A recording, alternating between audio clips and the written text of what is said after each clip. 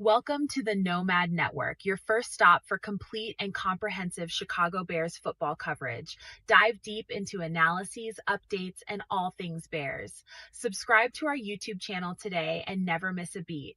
Thank you in advance for your support. We promise to bring you the best because together we're unstoppable. Go Bears!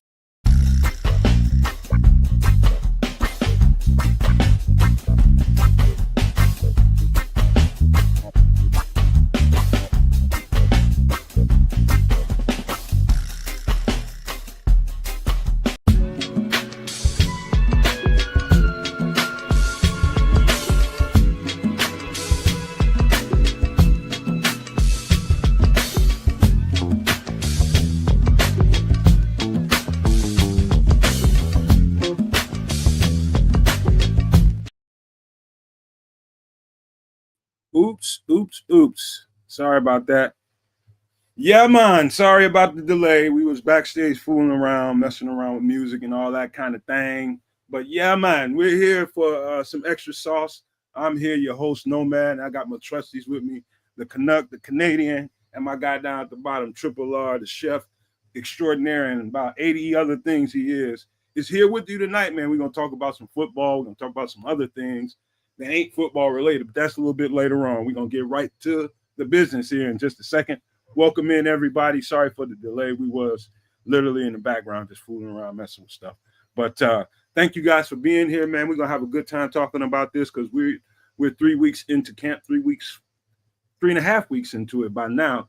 And we're starting to get to the serious stuff. Of course, you heard about some of the scuffles, the tight physical practices, all that kind of stuff. We're going to get to every last bit of that, the depth chart and everything going on with that, the interview with Ryan Poles, what stuck out, all of that stuff coming up right your way. And without further ado, I'm finna throw an alley-oop over there to Canada and see what Kez does with this rock. Boom. Hey, y'all. It's Wednesday night. Time for some extra sauce. Got some good Bear stuff to talk about, I'm quite certain. Today's going to be an interesting conversation, and Nomad just kind of laid it out with respect to some of what we'll be talking about. I don't know, man. I don't know. Whole world talking about Bears football, which is kind of crazy, but I'm with it, and in some cases I'm not with it, and we'll get to all those points. But to give you a little bit of love and no further ado, big shout out to my guy Crimson with the ranch. Liberty's Outlook's out there holding it down with us. Levante Rogers is in here. Hey, man, shout out to you, Levante. Big ups to you, bro.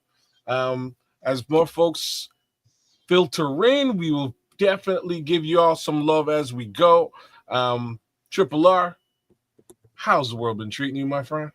Oh, like a red-headed stepchild, and that means no damn good. Oh, you know what I mean? Because it's like my fire and soul. They think it's from the devil. So you know how they treat red-headed stepchilds. But other than that, it's all good. I'm married. Well, I ain't married to nobody, but my woman's a red-headed stepchild. I'm sure, definitely. So they definitely don't treat her well. Yeah, because we see how you treat her. Yeah, so you know what I mean? Wasn't upset.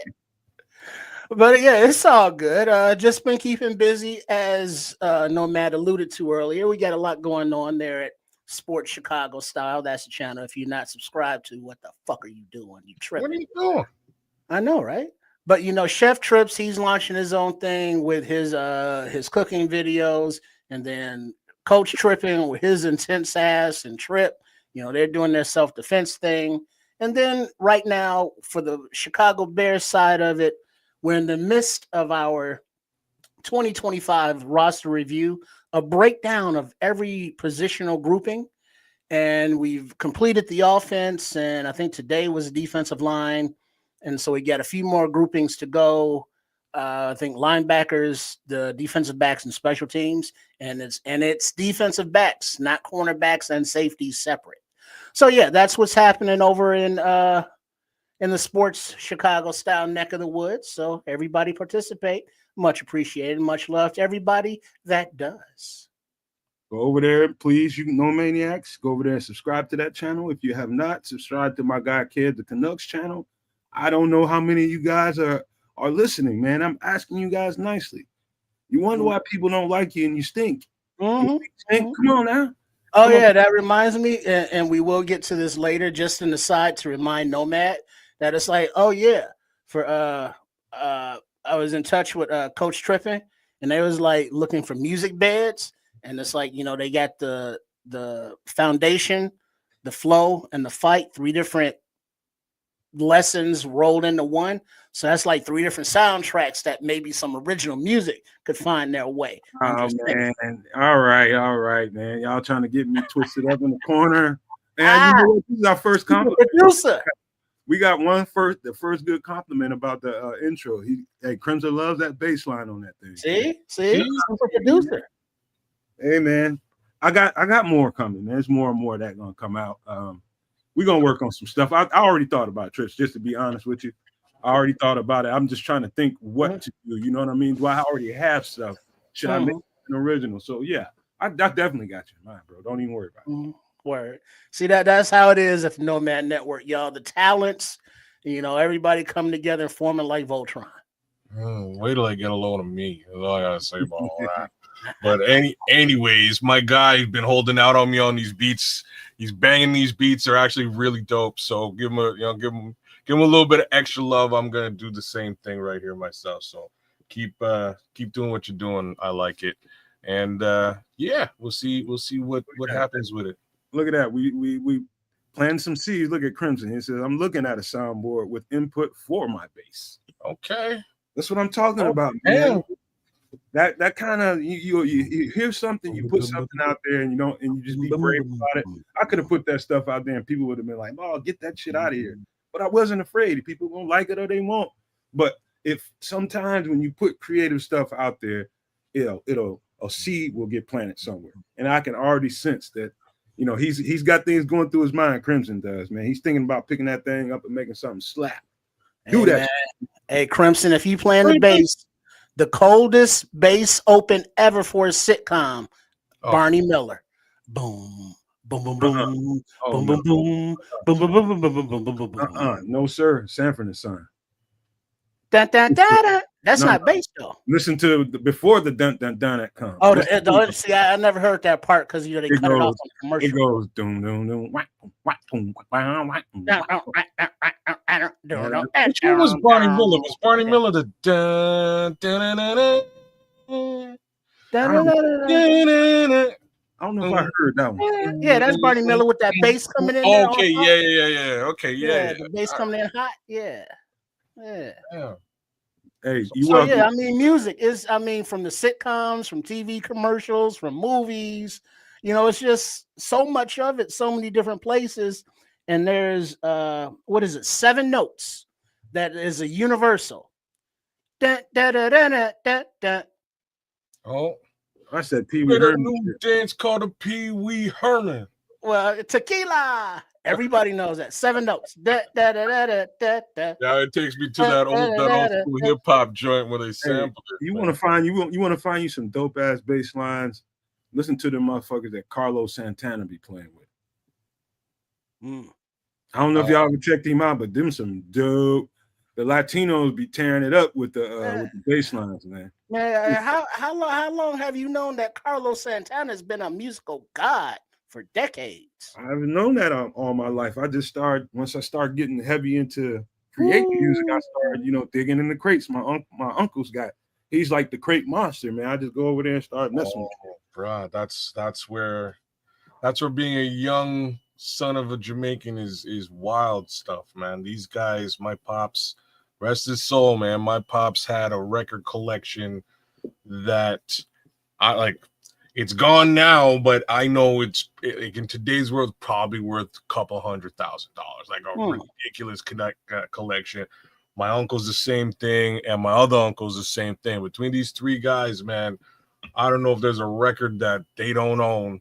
Period. Like my uncle now, he traveled. Like I just went and checked him out in Toronto. He came down from Florida. He's a DJ in Florida. Came down, and I mean like an oldies DJ, man, and all the old folks go and check him out all the time. It's wild, bro. But he came down for a record convention just to buy stuff, unheard of, untouched stuff he doesn't have in his collection, and he'll spend good money on it too.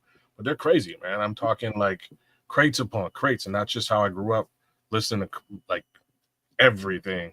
You know what I mean? Like you name it. When my dad passed, my aunt was like, you can have all the records, but like the 45s are mine. And he's got 45s you wouldn't believe, bro. And motherfuckers out there might be like, what's a 45? Hope y'all remember what a 45 That's where you find the samples. Oh, yeah. Hey, kids, my uncle had this. I should go over there on a regular basis, just be over there playing all that. I mean, he's got so much stuff. I mean, like, you will get lost in that motherfucker for like weeks. I'm not exaggerating. He's got that much stuff. But every time, for like 3 times in a row, he kept on pulling this record out. He's like, listen to this shit. Listen. No, motherfucker, get out my face. I'm trying to listen to all this other shit. Guess what the record was? And it turned out to be dope. This chick named Blondie. Oh, of course. Blondie. Yeah. Oh, what's wrong with you, bro? I was like, oh, shit. Blondie's punk rap rock from like, the early, like I'm going to say from like late 80s. Early 80s. Early 80s, 70s. Because one of her first tracks is Rapture. And what's cool about this song, like this, it's a cool song, but what's even more cool about it is in the video, there's a homie dressed in I believe a white suit with a top hat, shades on, and a clock. And that's where Flavor Flav got his inspiration from. It's from this Blondie video. And it's crazy that I know this, but it's something that he said. He's like, this is where I came up with my style, and that's the Flavor Flav style. The top hat, matching suit and top hat, got the clock rocking, and away he goes. She sure was rapping in that motherfucker. Yeah, man. That's I remember one joint. And that's one of the first rock rap recordings. Yeah, one of the first crossovers. Yeah. But then it also went to that next level when Boogie Down Productions did that remix of the Rapture and they actually brought Debbie Harry, onto the album with them. Yeah. I'm gonna have to write this down. Liberty's Outlook. He says, check out Byron Lee and the Dragonaires. I'm writing that shit down because I be on that Jamaican shit right now. Yeah, man. I'm on Byron Lee. Yeah, Liberty's Outlook on a yard, man. Yeah, I'm writing that down. He said the Dragonaires. Yeah. Yeah, there's crazy, like, real talk. For me, it's like Toots Maytal. Like Toots is a serious guy. He's like Jamaican. It's like Jamaican James Brown. Oh, it's probably and it's just ska music. It's just a different thing. You can't put the two of those together and not pique my curiosity. You said a Jamaican James Brown, bro.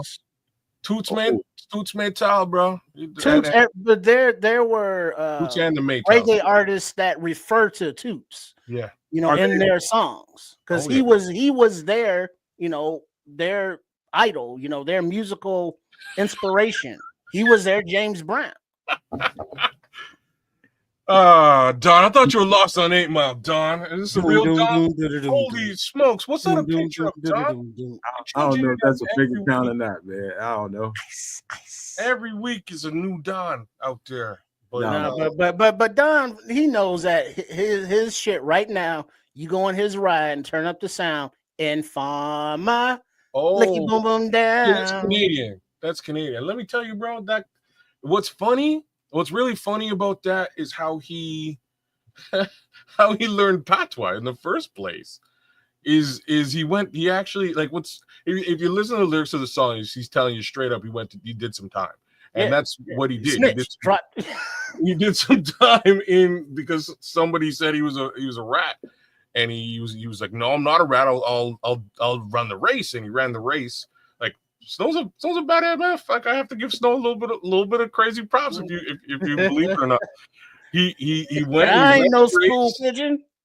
He did the time and he learned patois from a bunch of Jamaicans who were in jail with him in Toronto. And that's how he sort of came out. Because this, like, in Toronto jail back them days, those guys, as opposed to freestyle rapping, because it just wasn't popular yet. It wasn't like something people were doing at the time. It's a bunch of yard dudes in there chanting reggae. So he's listening to this, and he eventually kind of starts to clue into it, and like, So you saying he appropriated the culture? well, I'm saying that Toronto, like, bruh, Toronto is as a whole has appropriated Caribbean culture as an entire city. Like, what's crazy about this is okay, so Doug Ford used to be the mayor of Toronto. Right now, his brother isn't the mayor. He is the governor of Toronto. Anyhow, Doug Ford used to be a crackhead, and it's well documented that he would be out there on the streets of Toronto as the mayor, licking rock. I'm not telling tales out of school, bro. What's his name again? What's his name again, His kid? name is Doug Ford. This is like recently. This is within the last 20 years. Like, it's his Marion Barry on. Basically, yeah, but he's a white man as opposed to a black man. I think I've seen him. They say that motherfucker is just crazy. He be partying like a motherfucker. Partying up while and why I'm bringing up Doug Ford is like, this is there's footage of Doug Ford high as all hell at a Jamaican restaurant in Toronto. And like, some kids are causing a ruckus in the restaurant, and Doug Ford turns around and is like, "Hey man, what the bumba going with you?" And I'm like, "Yo, Doug Ford!" And I'm like, but this is yeah. He's a big dude. He's a big dude. Say that he is kind of a hammy. He's a tubby kind of dude. He looked like a slimmer, shorter Chris Farley. You know what I mean? It's probably the best way that I can describe him. But he turned around and everybody's like, "Oh, he's appropriating the culture." And like, some folks might say, "Yeah, he is."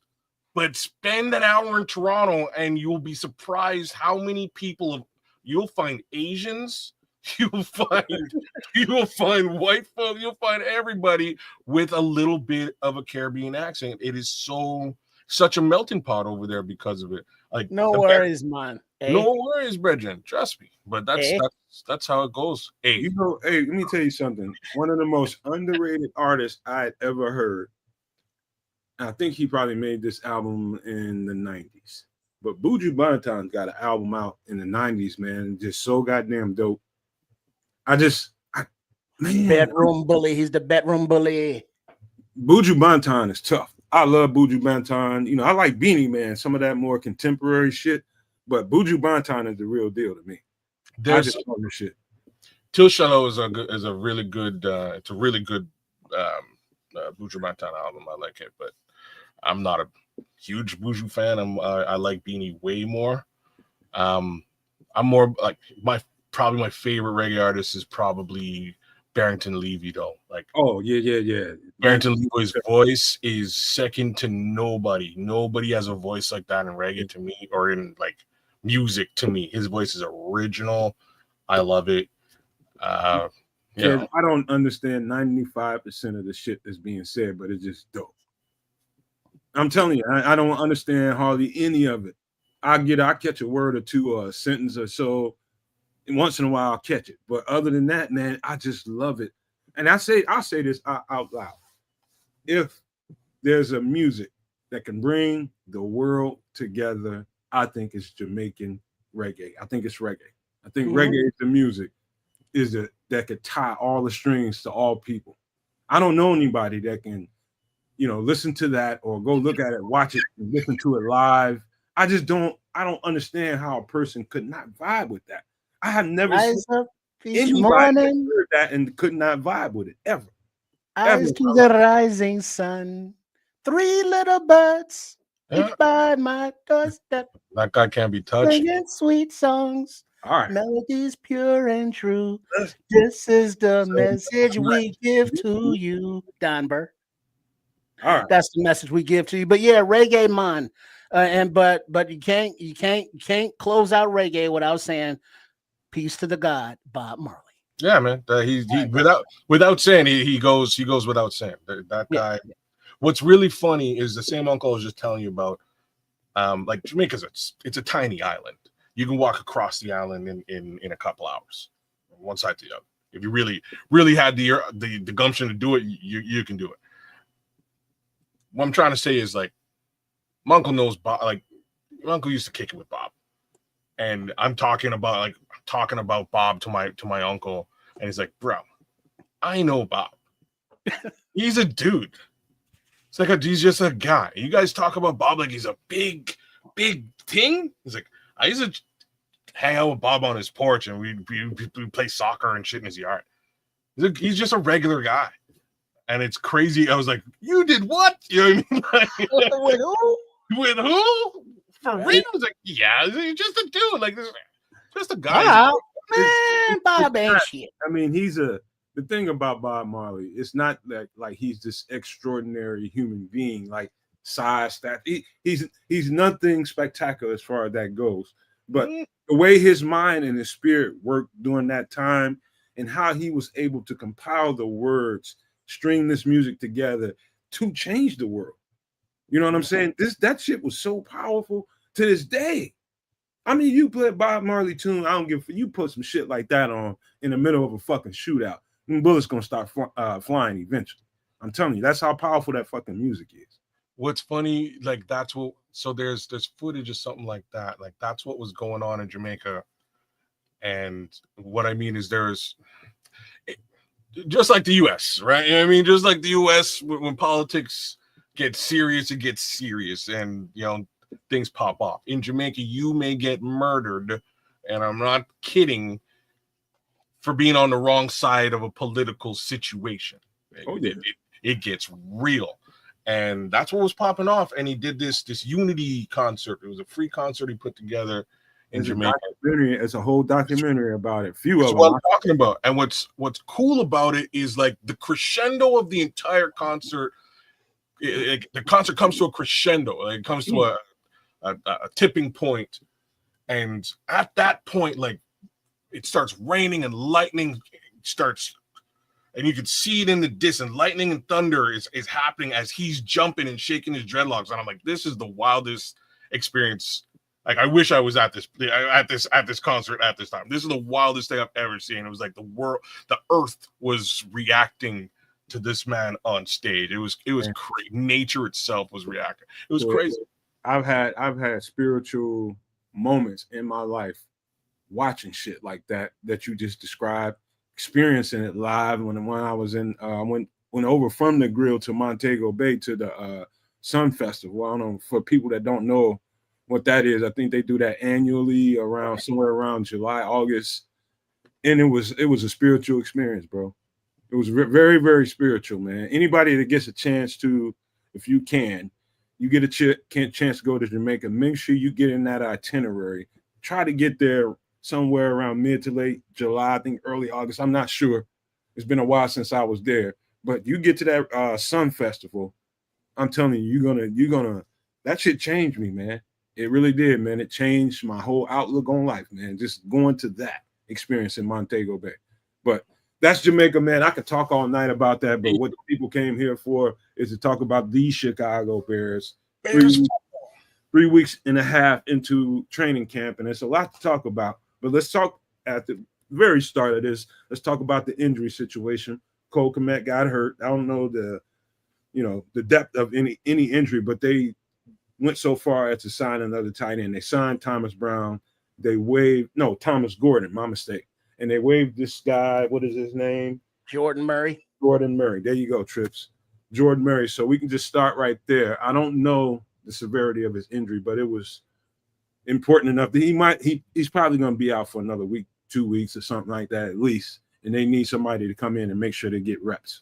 So in his absence, we have somebody that we just brought in earlier. I think he was a guy. He started off the OTA sessions. I think he was here. What do you guys think about that?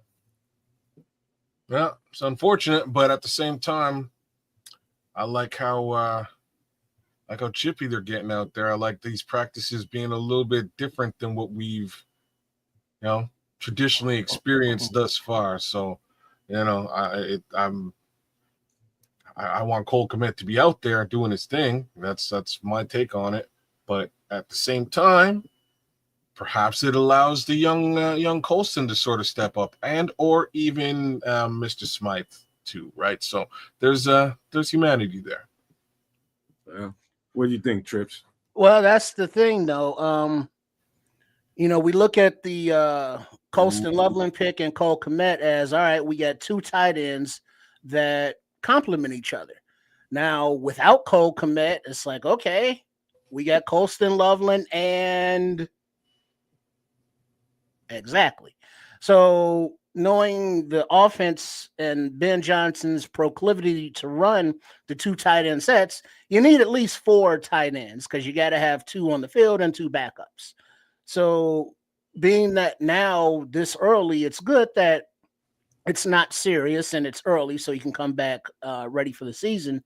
But this is showing that the depth now in this room is already being stressed, and we ain't even really started doing nothing yet other than, a couple tough practices. So I would look for the tight end room to be a position of high alert for the Ryan Poles as far as people. I would say this, man, getting into the whole physicality of practice going live. I was shocked to find out that I didn't know it was like the league rules have changed so much, man. I just assumed that there was a lot of physicality in those practices, in the past few years since we've been podcasters, and people were just minimizing it or whatever. But obviously there wasn't as much as we thought it was, because these reporters definitely responded to that physical practice. There's so many people out there saying, as a matter of fact, who's in there saying that somebody was just saying that, this is the most physical practice they've seen since Lovey.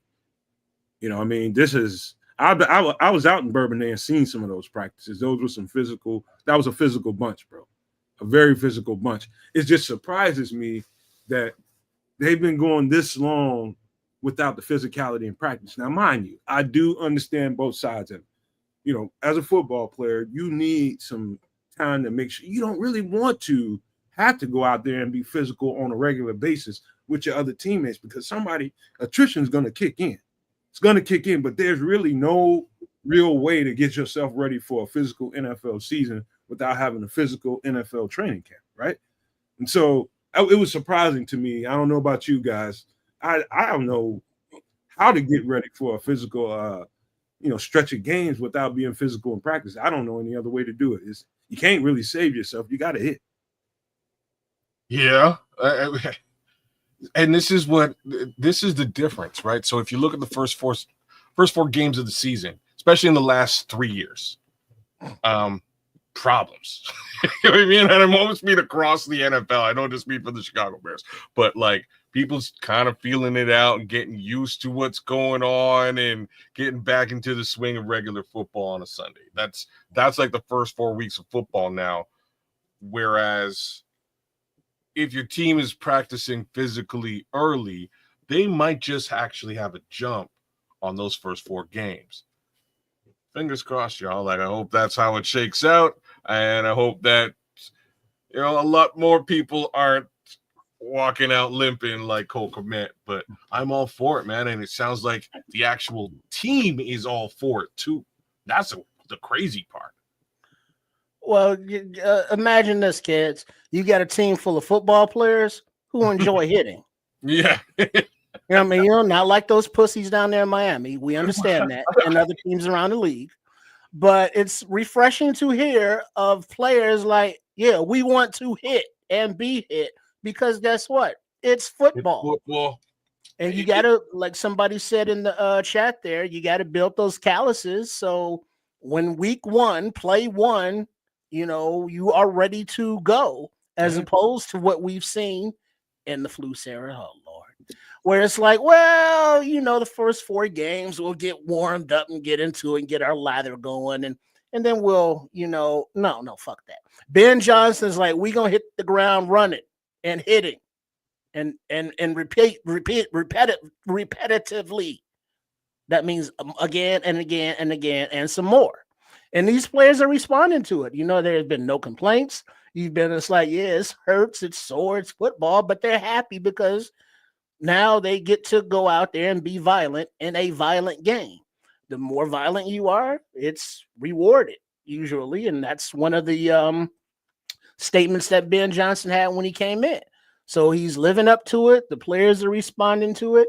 and we're going to see those fruits, I believe, bright and early when we're playing teams that are easing into it, because they're not going to be ready for the onslaught and the pain that's coming from this Bears team. You know what's funny, Trip? Because you start talking about physical practice, I start thinking about some shit that happened in high school, man. Our high school head coach was a blonde, kind of strawberry blonde, sandy, like he had freckles and shit. But we knew, like, when he was ready for, he was just tired of pussyfooting around, he would get really, really red. And like one time he came, we beat him out on the field. Usually he beats us on the field. And we beat them out. Him, the other coaches, we beat them out on the field. It was just like, what's up with this motherfucker? We was getting kind of frustrated because we was waiting on him. All him and a couple of other ones came out and their heads were beat red. They were fucking red as shit. I was like, what's you either mad at us and about to run the dog shit out of us about something somebody did. This is our minds. But then he grabbed everybody into the huddle. So I started feeling like, oh shit, somebody fucked up. And he was just like, y'all ready to go live? Everybody was like, hell yeah. I said, he said that ain't loud enough. Y'all ready to hit somebody? Man, the whole fucking team erupted because we were used to, just coach is going to try to take it easy on you because he needs you for so many games. You need you for a whole year. And so you're not, as cool as that sounds, you have to take it easy a little bit because people will start hurting each other. Mhm. Right out, point blank period. People start getting hurt, and that's going to cost you. And he would conserve us for the most part. But then he got tired of the lackadaisical practice. People have speeding it. He was like, fuck that. It's time to hit. I think that's what Ben Johnson got to. I think he got to the point, it's time to green light these motherfuckers. Set a tone out here. The defense has been punching us right dead in the fucking mouth. And we're going to go out here and show them we can punch them in their mouth too. Because they were focused mainly on running the ball right smack up in the interior. And so it's like, what you going to do to stop us? And so those are the kind of practices you need. And so any Bears fan out there within the sound of my voice, that's exactly what you want. Show this team that's been punching you in your face that we got what it takes and we can punch you in your shit. That's where the skirmishes and shit came from. The defense got punched back in their shit for the first time and they wasn't ready for it. I love that. That is a great way of looking at it. And kudos to Ben. Like for me, I start laughing because I just can't imagine Nate Davis putting up with any of this shit. That's like exactly where my mindset goes. It's like, oh no, Nate didn't bring his pads. He's not participating. It's just hilarious to me. But I'm so happy that this is where we are now. What Levante is saying, you got to consider this. Too much money being had for star players to keep getting hurt. That's exactly that has to go through your head.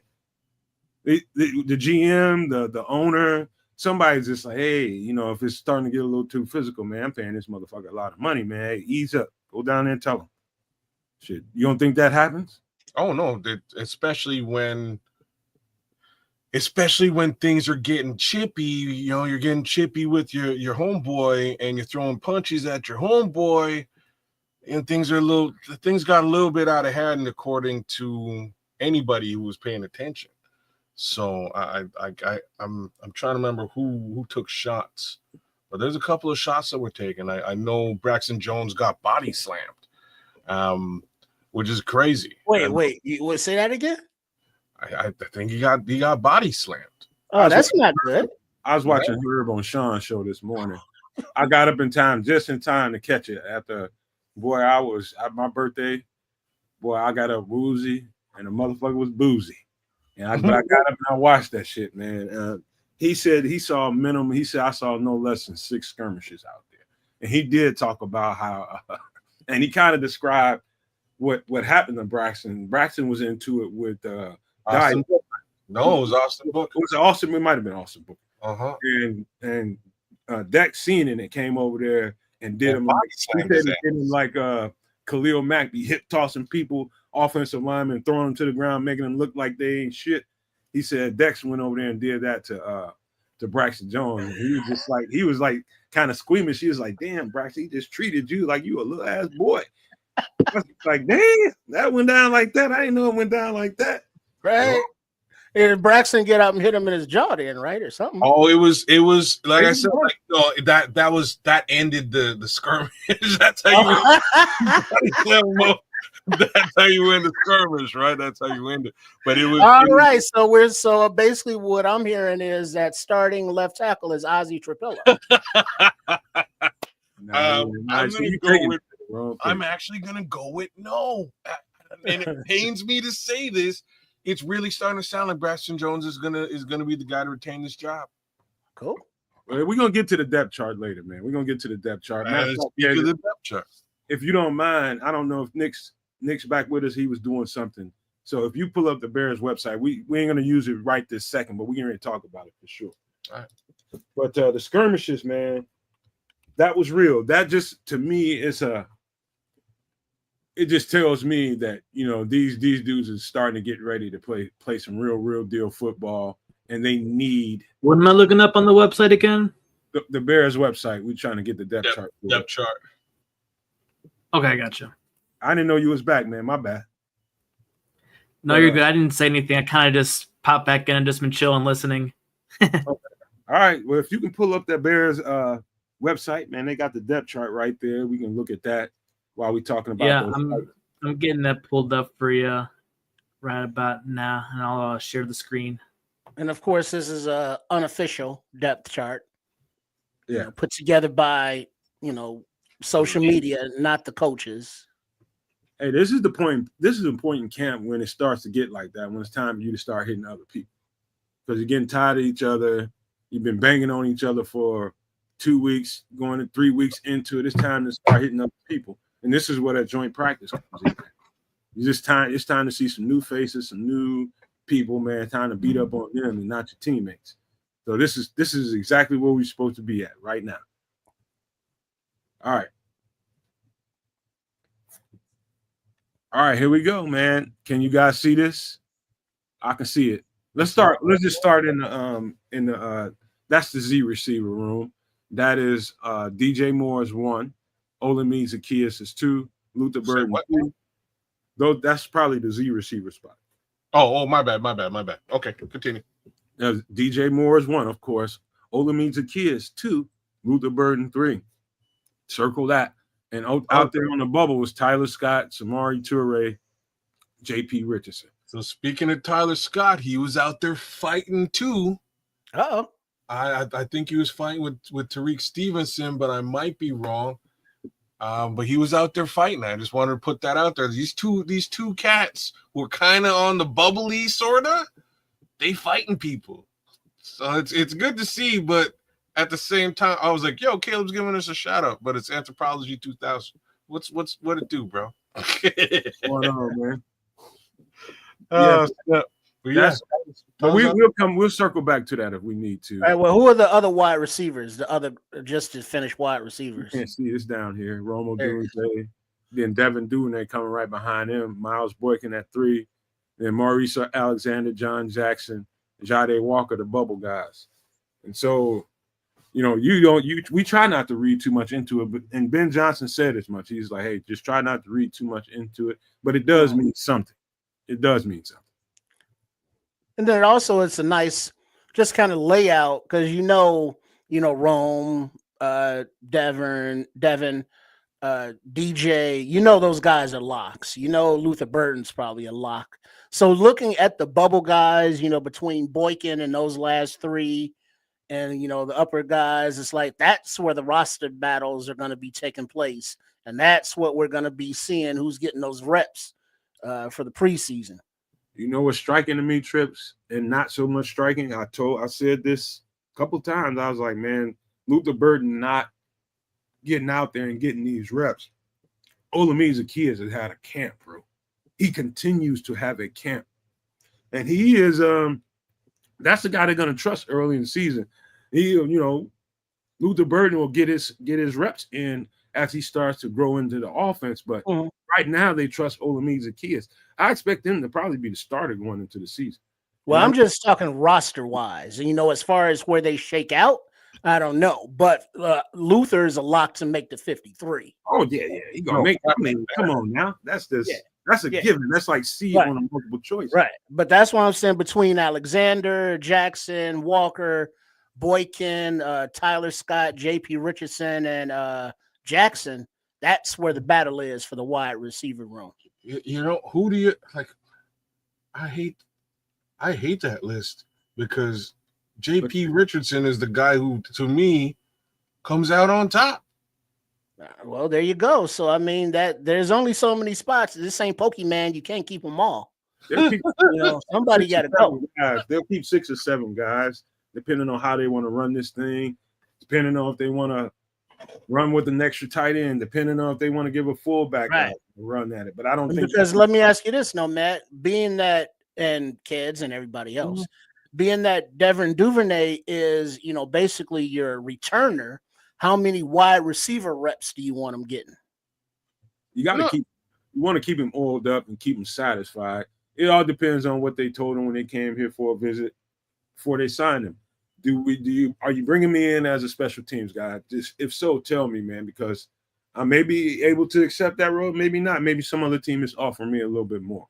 He came here, and I would just say that they're going to sprinkle him in at some point. However they do it, he's going to get in the rotation in some way or another. I don't know how much, but I don't think they signed Devin Duvernay unless they give him some kind of assurances that they won't just use him as a kick returner or a punt returner. I think they'll play him. Do you think that's a problem? What? Him being a kick or punt returner? Yeah. Wouldn't that be to you if you want to showcase that you got more and you got options? So other teams could have got him, man. He came here, so I'm assuming they gave him some. They probably gave him some assurances that we're going to use you in the offense as well. Well, I don't know, because Devin Hester didn't make the Hall of Fame because of his offensive prowess. You're damn straight. And unfortunately, it doesn't matter. And did Devin Duvernay, did he make the All-Pro teams because of his wide receiver stuff? Or because of his return? Don't worry about that, though, man, because you can throw him in the backfield. You can put him on reverses. There's always ways you can get a guy like that involved. I'm sorry. I wouldn't like – you're making money. You have 2 dedicated roles on this team. Just the way that I'm looking at this, even Devin Duvernay is buried in this depth chart, right? That's the way that I look at it. So if he is your guy on special teams, I would just say you're locked there. You have nothing to worry about. If somebody is hurt, then definitely we bring you up. But outside of that, if you would have told him that while he came for a visit, you probably wouldn't have signed him, kid. Well, then who do you sign? When he came for a visit, I'm sure they gave him some assurances. They'd use him more. He knew he was going to play a support role. He knew he wasn't going to come in here and start. But to play in a support role, will I be a part of the offense? Yes, we will sprinkle you into the offense, and you can come in here and do some special teams. It doesn't matter how they apply him on the offense, whether they're throwing it, handing it off to him on a reverse. It doesn't matter. Just put the ball in his hands. He's explosive. Play him. Like I'm saying, I'm just looking at the depth chart and I'm going. Well, let's let it work out naturally after we see some games. See who got stone hands. See who can run their routes. It's gonna be fun. This is gonna be fun. I mean, look at the talent that we don't have the room to keep. Yeah. All right, we can come back to it, man. But let's talk about this highly contested left tackle spot that everybody in the city of Chicago, I think national media is really getting into it a little bit now. It ain't just us here in the area, man. I think this is, to some people, this is big news, but not surprising to me. Braxton Jones is still the number 1 left tackle in this depth chart. Ozzie Trapilo, close second. Joshua Miles as the 3rd string left tackle.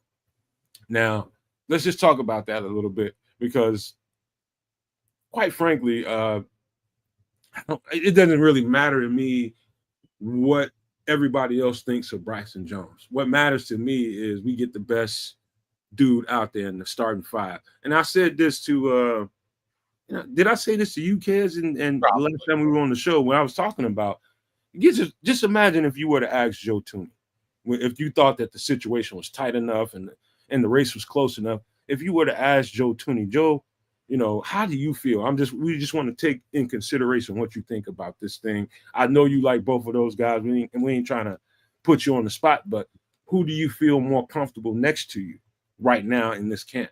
Do you feel more comfortable with this rookie, or do you feel comfortable with this guy that this logged like almost 4 years of reps? You know what I'm saying? How does he feel?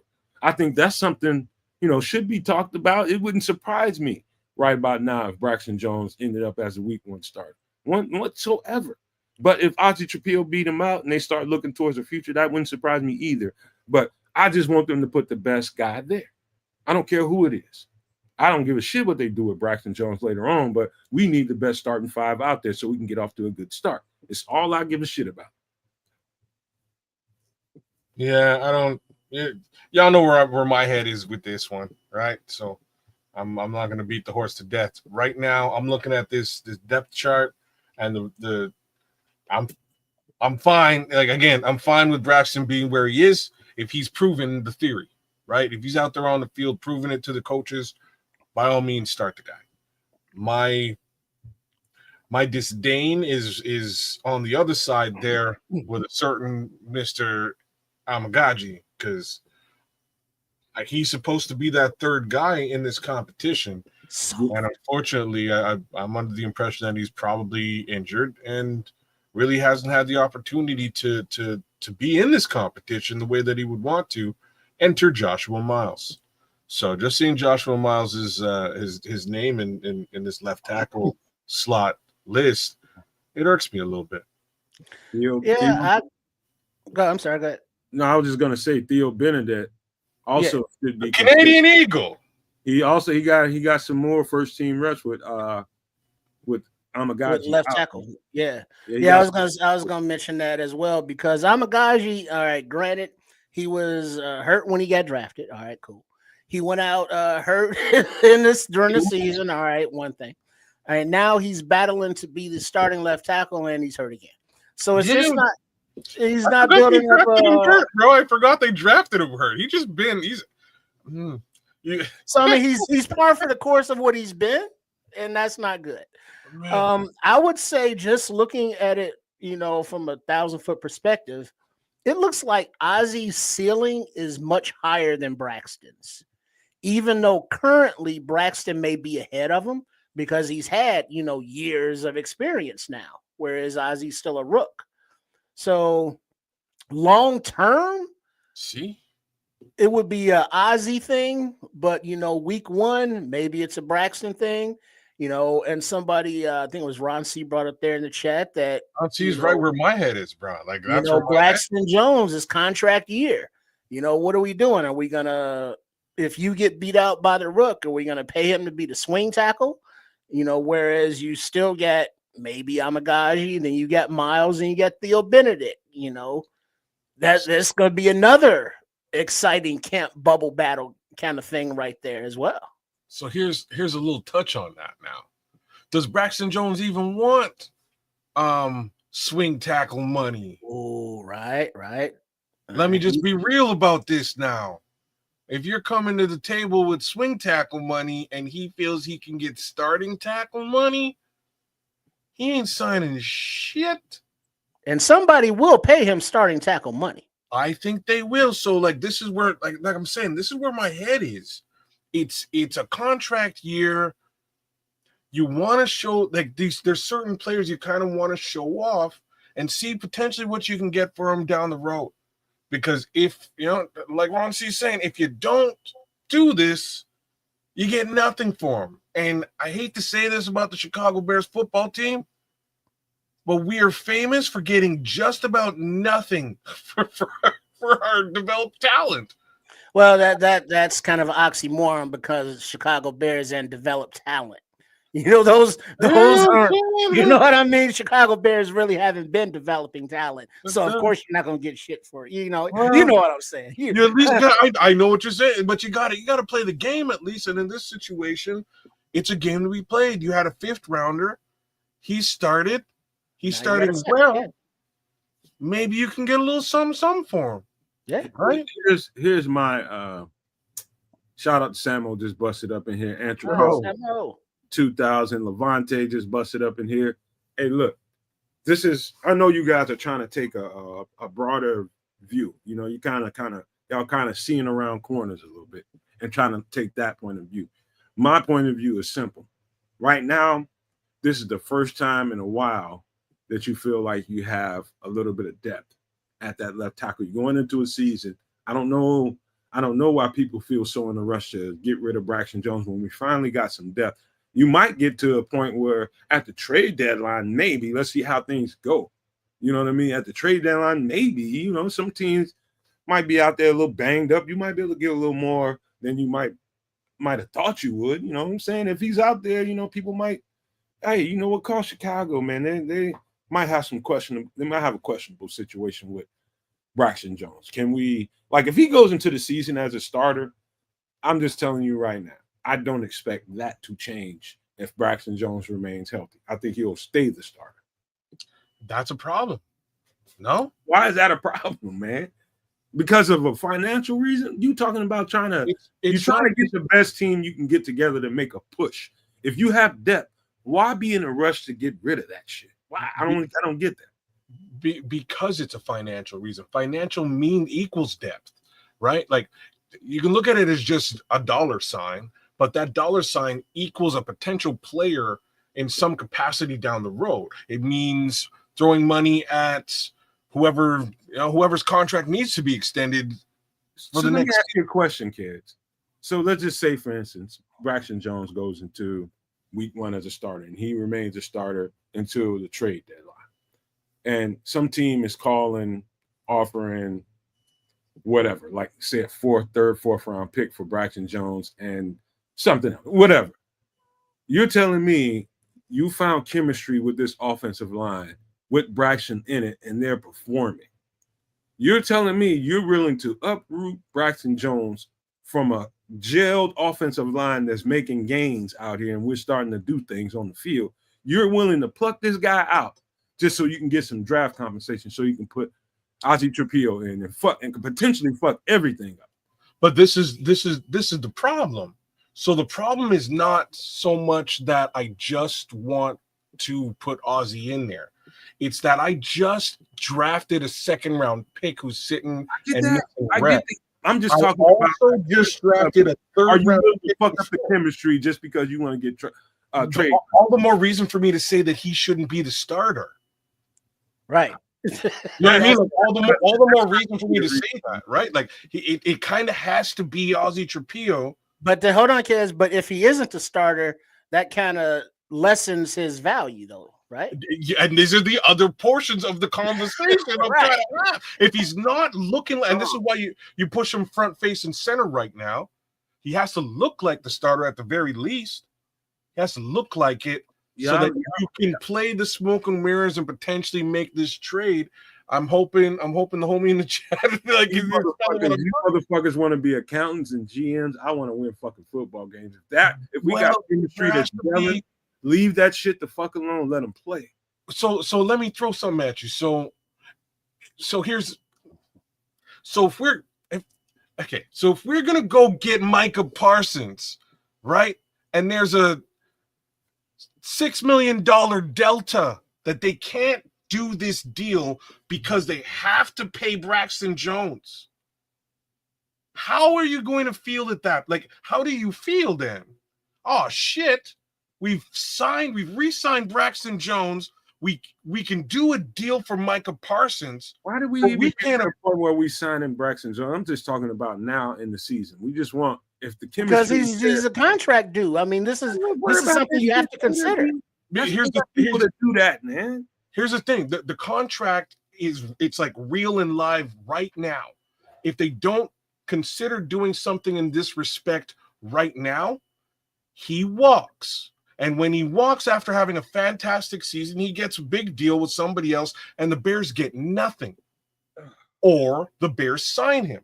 And there goes that $6 million, whatever. It might be well more than that, but that could hamper their ability to go and get somebody like a Micah Parsons. This is like exactly what I'm talking about. Kids, you're beating a dead horse when conversation comes to me. You keep telling me about what we can get, what we potentially can lose if we don't do something with Braxton Jones. I'm speaking to there's a camp battle going on, and we're trying to get a football team together ready to play. And if Braxton Jones is ahead in this race, at all. And they go into the season with him as a starter. And we found gel, which is the goal of every fucking training camp, is to get your offensive line in the trenches, get your trenches right. If they're gelling and it's looking good, why in the fuck would you mess with that? Here's the thing. Hold on. Here's why. Samuel just lit it up because Braxton might finish the season as our starter, but he doesn't get signed by the Bears. I get that. So be it. Then we miss out on him. So they gel, and he still walks to get big money elsewhere, and we get nothing from him. We miss an opportunity. But we had a good season because we had a jailed offensive line. Yeah, and then next season now. And now we've wasted, so now we've wasted a season on a player who's no longer here. Our young rookie that we just drafted got 0 snaps, and we start again from scratch. The jelly. And so here's the thing, though. It looks from everything that I can see that they're giving the players equal opportunities, with the 1s, 2s, and 3s, getting film on them all. Wait, first of all, Trish, let me ask you a question. What do you think Max, let's just say trade offer you're going to get for Braxton? How high you think the pick's going to be? Oh, I don't know. I haven't gotten that far yet. So if we miss a 4th round pick, 5th round. Well, no, here's the thing, though. If Braxton Jones is starting this year at left tackle, that means he beat out Ozzie fair and square. And that's fine. And so it's like, all right, maybe we extend him. And now you have your left tackle and you have Ozzie coming up, behind him, and Amagaji, let him get healthy or what have you. All right, so cool. You go forward with that. But the thing is, from everything I can see, Braxton ain't beating out Ozzie for the. That ain't what I'm hearing, man. Not from her. I mean, but if it's even close, if the competition is even somewhat neck and neck, Ozzie's got to take that. I mean, they're going to let him build with this offensive line to get those reps and to go on forward to get that gelling experience and be like, all right, Braxton, thanks for playing, trade him out or whatever. But going forward, Ozzie is, I think, in their more long-term plans, and that would include this season. Hey, Mailbox Sports says it's Trapillo, not Trapillo. Tomato, it's all the same to me. Anyway. It's just like ordering Taco Bell, Like... Hey, look, man. Olive Garden.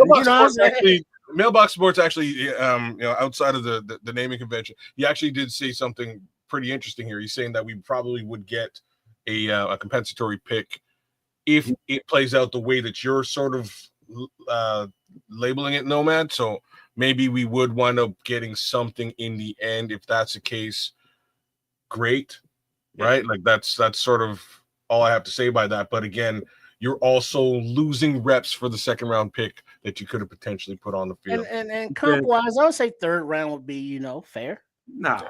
Hey, Mailbox Sports also said kids and trips some tight asses, man. Ain't no sense trying to convince them. They always thinking about what they can get. No, he actually didn't say that. I just made that up. But that's what we are, man. Y'all motherfuckers are always thinking about this big picture thing. Is this, man? The situation is the situation, right? It could be okay. We can take that angle and let's just go see what we can get for Braxton Jones. The calls ain't coming back, right? We might as well keep him. We might not get what we want from him. We might go through the season and finish the season and get absolutely nothing for him. That's the game. That's the name of the game. That's professional sports. That's what happens when you have a salary cap and you have restrictions. You want to go out there with the best team possible. And that's all I care about. Well, the thing is, if you look at the successful teams, get a good team out there. They don't just willy-nilly give away contracts. And what they also do is it's like, hey, this player is talented, but we got this other younger player under contract coming up behind him. We're gonna flip this older player, for assets. I mean, you can't just, we lost that asset for nothing. Yeah, that's not a sustainable method to continue. You got to be able to forecast, have your spreadsheet out. It's like, all right, financially, the cap is a thing. It's not like we care how much these people are getting paid personally, but you have a 53-man roster. You have a 15-person practice squad. You got to pay all those fuckers out of the same pot. So it's like, all right, we give them an extra $2 million here, give this player extra $3 million there, give this player extra $2 million there to keep them all happy. Right there is $9 million. And to Ked's point, saying all that adds up. And so now when the opportunity comes to, get a big name player that you bring in because another team doesn't want to sign him, it's like, we have the money because we've been not cheap, but frugal, not unfair. Obviously the players are agreeing to these deals. So it's like, they think it's fair and it's fair. But of course they're going to take an extra few million if you give it to them. But if you don't, it's like, they'll say, okay, this is a good enough deal. And so you have to have that asset management part of it. Man, I should start every Trips comment with, I'm a well-known tight ass. Let's let everybody know that right up front. Because you're tight ass, man. Man, you shut up with the tight ass shit that you have to do. Do the math, dog. Do the math. You got to do the numbers are the numbers. You got to do the math. The numbers don't lie, dog. People that Hey, do who's that. got a tight ass? Trip is that straight tight ass, man. You motherfuckers always talking about numbers and shit. I'm talking about football and what we can do now. I know that's what you're talking about. I think the Bears fans and you guys probably are. We all kind of fall in this territory once in a while. We're always preparing for later on. We're building this team in our heads. What if we got the right kind of unit right now and we need every last one of these motherfuckers so we can win? But right now, y'all still talking about tomorrow. So you're trying to say this team's going to this? You're trying to say this team, this roster is going to the Super Bowl in year 2025? Oh man, I'm not saying all that. I'm Okay, saying cool. I'm asking you a yes or no question. All you need is the right roster. Anything can happen. Yeah, that's my answer to that. Anything. But then you need to prepare for 2026, 2027. That's what you need to do. 2025. 2026, 2027 is the reality if we're talking about a potential Super Bowl roster. It's not what we're looking at today. Anything can happen, man. So you get the best roster you can fucking put together and go for it right now, today. Stop worrying about fucking tomorrow because you're gonna have to deal with tomorrow when the fuck it gets here. Deal with the shit, man. You see, that's the mentality of a player because players can only play for this season. Next season isn't guaranteed.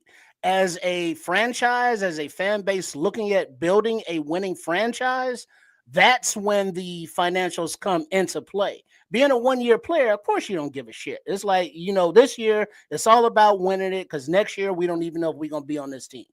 Look at Derek Guy. He said, in my opinion, this conversation is ridiculous. When was the last time we had a cohesive offensive line? Let's not think about shit in 2026. Let's focus on this now. That's what I'm talking about, man. Get the best team, you get the best group of 53 you can fucking put together. And if you don't get compensation and you lose Braxton Jones, okay, great. You probably missed an opportunity, but you never know how the season can go. That's just my thoughts, man. I don't want to drain all my good energy on that. You would go there. So you would rather field Braxton? I would rather deal with right now. Field Braxton Jones than field the rookie that you just. If he's the best player for the situation, yes, run with him. All right, run with it. And if you don't end up getting anything for Braxton Jones, then so be it. I'm not talking about compensation. I'm talking about growth and development of the rookie you just drafted. That's really what I'm talking about. He's not going nowhere, man. He's not going nowhere. But he's missing reps. He's not going nowhere. Braxton is as good as he is today because he got reps when he started. If he didn't go into this season as a starter, it would not upset me. If he went into the season as a starter, it would not upset me. All I know is if he didn't and he comes into next camp, we know who our left tackle is. I know that. All right. So, I mean, it's good. I just want to win, man. That's all I want. All I want is put the best five. That offense. See, the thing about the trenches, especially on the offensive side of the ball, finding that group cohesion is the most difficult thing to me. Outside of playing cornerback and quarterback, that's the most difficult thing to obtain as a coach. Trying to find five guys that work well together. And once you got it, you ain't trying to let that shit go, kids.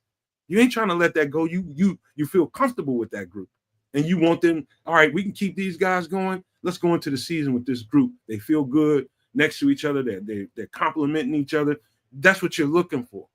And not because I want Ozzie Shapiro to have this job. If you try to force that hand, you're going to fuck something up. Guaranteed. You're going to fuck up something instead of letting it happen naturally. If Braxton wins, he wins. Be good with it. I'm just telling you, there's other ramifications here with him winning that should be taken into consideration. That's all I'm saying. All right. Let's move to the next one. We can keep going with this one. We can't. We can argue this one all night long. It's all good, man. I appreciate you guys, man, because I know what you guys are thinking. Y'all are trying to think for the teams, just you want fruit later on. You know what I mean? You want to make sure you're in advantageous positions. I get it. Don't think I don't get that. But I'm talking about right now. We're too close to the season to be thinking around the corner as far as let these guys play, man. Let the shit shake loose the way it's supposed to. That's my thoughts. But here we go. At left guard, we got, of course, starter Joe Thuney. Luke Newman shouldn't be a surprise to anybody, but this is just the depth chart for the left side. He's listed as a number 2 guy. Bill Murray is a number 3 guy. We probably thought that might be switched around. Come the first depth chart. But that tells me Luke Newman is quietly doing a really good job out there.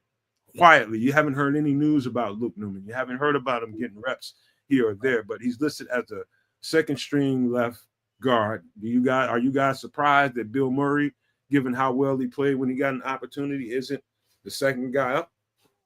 Yes. I'm kind of surprised. I actually thought okay, so I'm a little bit surprised. I'm glad that Luke Newman is doing well in camp. I did hear he got some reps at center, and those center reps didn't go all that great. So that's my little 2 cents there. I know that we've Bill Murray ain't going anywhere. You know what I mean? Like that's my 2 cents on this one. Bill Murray makes his team come hell or high water. So I'm if he's listed as third string today, I'm fine with it. I'm sure it's another sign to me of very, very healthy depth right here. Yeah, that's what this looks like to me. I see a sign of very healthy depth. I agree. Yeah, it's good that Joe Thuney, you're consummate All-Pro. They're talking about maybe Hall of Famer. Having Luke Newman behind him and Bill Murray behind him. Braxton, Ozzie, Karan next to him is only gonna benefit. So however that guard situation works out, cool. Yeah. So let's do you have anything else on this position? Well, right guard. We're gonna go to right guard here right after that. And that is Jonah Jackson, Ryan Bates. We'll circle that. Jordan McFadden, I like the fact that he's moved up ahead of Chris Glazer because I thought very highly of Jordan McFadden. I think his foot quickness and speed. When you start talking about, when you do start getting into some of that wide zone stuff, when you got offensive line that have to run and strike a target and get there on time, that is probably flashing in camp for Jordan McFadden. And Chris Glazer is on the bubble, man. You know what? If he can beat him out for this, for one of these backup jobs, maybe even a practice squad spot or whatever. But I do like the fact that Jordan McFadden is third on here. But more importantly, I think the thing to talk about is Ryan Bates, who, talking to Herb Howard again, man, listening to Herb Howard, is having a camp, man. He's doing well. I was just going to say. He's doing well. Like I told you, everybody just ready to write him off. And I'm just like, hold up, man. Hold the fuck up. If this guy gets healthy, we got one of the better swing guards in football on this roster right now. And it sounds like he's healthy. So the homie mailbox is on the other side of this when he's saying Bates is going to get cut. But the thing is, like, it's about $5 million in savings, but technically it's like, you already cut this deal. So, you know what I mean? Like, I think in this situation, it may be beneficial to keep Ryan Bates. Ryan Bates is just an injury-prone guy, and that's the downside to all this. But if you need him in a pinch and he's not hurt, probably better to have the veteran than to rely on McFadden or even Chris Glazer across the board. And that's my 2 cents there.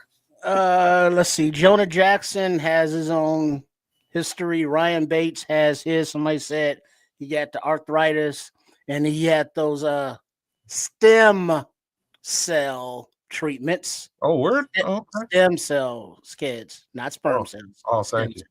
All right. And so hopefully, that takes, because like Kez was saying, he's a good player when he's healthy. But having those caveats of when healthy is not a good thing. And Jordan McFadden, being a younger athletic kind of guy, I think could be pushing, Bates to say, hey, you still healthy, homie? All right, because I'm right behind you, just so you know. No Diddy. And then, Chris Glazer, I don't know nothing about that brother. But, Jonah Jackson, Ryan Bates, okay, talented when healthy. Jordan McFadden could be, your up and comer behind them. No Diddy. I get why everybody's pessimistic about Ryan Bates. I understand everything everybody else is thinking. You naturally go to that mindset of, okay, why do we need him? He's never available. Football seasons go like that. You might be available, you might not be. I know when he can play, he can play. And for the first time in quite some time, I'm looking at layered depth on the Chicago Bears roster. And I'm talking about your interior swing guys need to be legit. Because you never know, when he's going to have to go in the game. It might be a series. It might be a couple of series. It might be a game or two.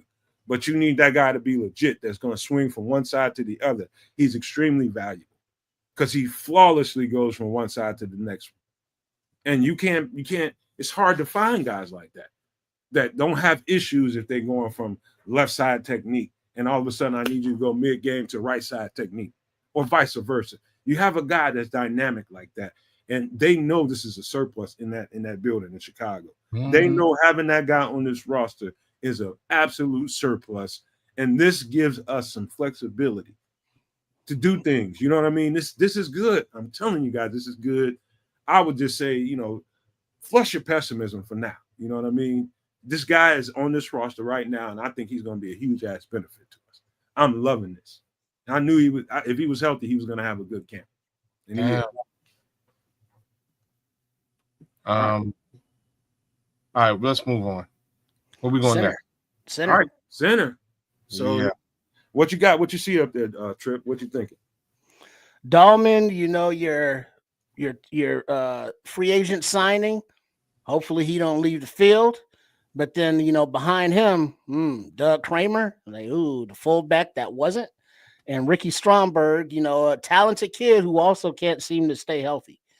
So kind of weak second, third string just in this iteration of the depth chart. Front line, cool. Ked said we saw the tape of Newman doing some snapping, not good. Who else on this roster in the offensive line can snap other than Kramer or Stromberg? Because relying on these two, that's giving me the willies. I'm glad we're here because I wanted to jump here right after talking about the left guard, but I figured we'd go ahead and do the right guard situation anyways. I'm saddened by the fact that I haven't heard the name Ricky Stromberg from anybody yet. I've heard. You're not going to hear about it. Say what now? He plays center. You probably won't hear about it. You haven't heard anything about Doug Kramer or pretty much Drew Dahlman that much either. So you're wrong. So I have heard about Drew Dahlman, and I've also heard about Luke Newman at the center position. So I've heard about two centers. None of them are named Ricky Stromberg. I haven't heard about Doug Kramer, which doesn't surprise me. You know what I'm saying? I'm just saying that. I would like to have heard about Ricky Stromberg. Why? Because I think the kid is amazing. I think he's a really good talent at the center position, and it's just a question of whether he's actually able to be on the field. Me saying what I'm saying is odds are he ain't on the field. Hey, Samo, you still in the chat? Give me a thumbs up if you're still there. But no, you know what? this is why I'm not concerned about any of this, because you'd have seen the move by now. They'd have started bringing in bodies and start giving. No. They're not. They got their center, bro. They have the. No, you need depth. If they were concerned about their depth, they would you'd have saw they'd have been bringing in people for workouts and all. You'd have heard about that. They feel pretty comfortable about the situation, or about it. So there's another way of looking at this, and it's also that Ryan Bates also plays center.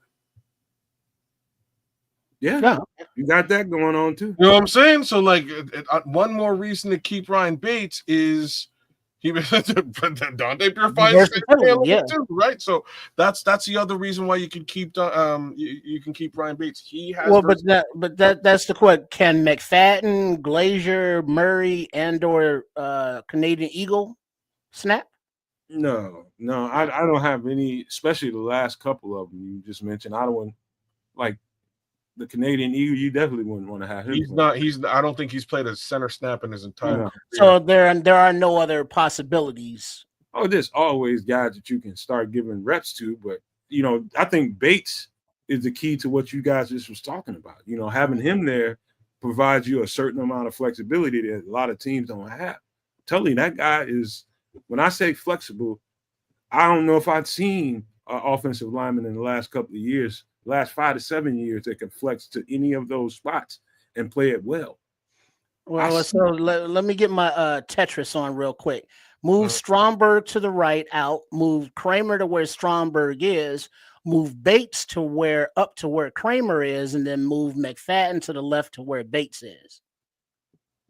And so you just kind of jiggle around that interior offensive line so that Bates is higher and McFadden is higher. I think this is about, they're trying to structure this situation, trying to see who they can keep.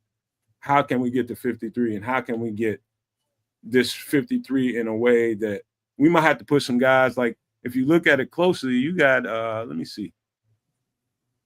Kieran Amagaji is slated as the backup right tackle. He hadn't took a right tackle rep since he's been here. They're just trying to figure out how they can get 53 out of these guys and keep all the guys that they want. And so this is where you got to ignore some of this depth chart stuff. Right. Well, I'm just saying, just looking at what the discussion that we've been having via injuries and talent levels of how to maneuver the best, starters and second line out of what we have here looking at. Yeah. It's because some of the I think some of the most fun debates we're going to have is right before the season when we have to each do a 53-man roster, and Mug's going to be mad.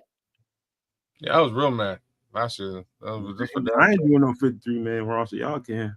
Oh, this man's tapping out. No, I ain't. Like dead idea. You got to do a 53-man. That's just like doing a mock draft. Same premise. I don't like that shit neither. He didn't want to do that one. I had to coax him. I had to bribe him. Y'all put this shit out. Y'all understand? You put the shit out there. It's out there in the ether forever. I'm the everybody's got a name that's noteworthy, but it's gonna live in infamy if I get it wrong. You know what I'm saying? That's bullshit. It is. Nobody came back at you and was like, everybody, it ain't on the Chicago Bears. Everybody wants. Hey, Nomad said he was gonna be in a 53-man roster. He got cut. Nomad don't know shit. Yeah, man. Everybody want to poke. Everybody want to poke, bro. So I'm just trying not to give them goddamn fodder. That's all. All right. Well, all right. Now let's look at the tight end room then. We get a lot of stuff wrong. I think we're missing a tight end in this list, aren't we? That's what we are. We had tight end. No. Oh, my bad. My bad. Right tackle, man. We need. No, we don't. We ain't missing nobody. We have right. We're at right tackle. We didn't really touch right tackle. Oh yeah, right tackle. We didn't touch that. That's a concern to me. I like the fact that Theo Benedict has kind of moved up in that space and gotten the second team right tackle reps. That's assuring. But my problem with this roster, and just the way they're doing camp so far, my recollection is Kieran Amagaji nor Braxton Jones has taken a right tackle rep. We do have Ozzie Trapillo, who, if he can't He did a lot of right end up tackle. getting that job, he can.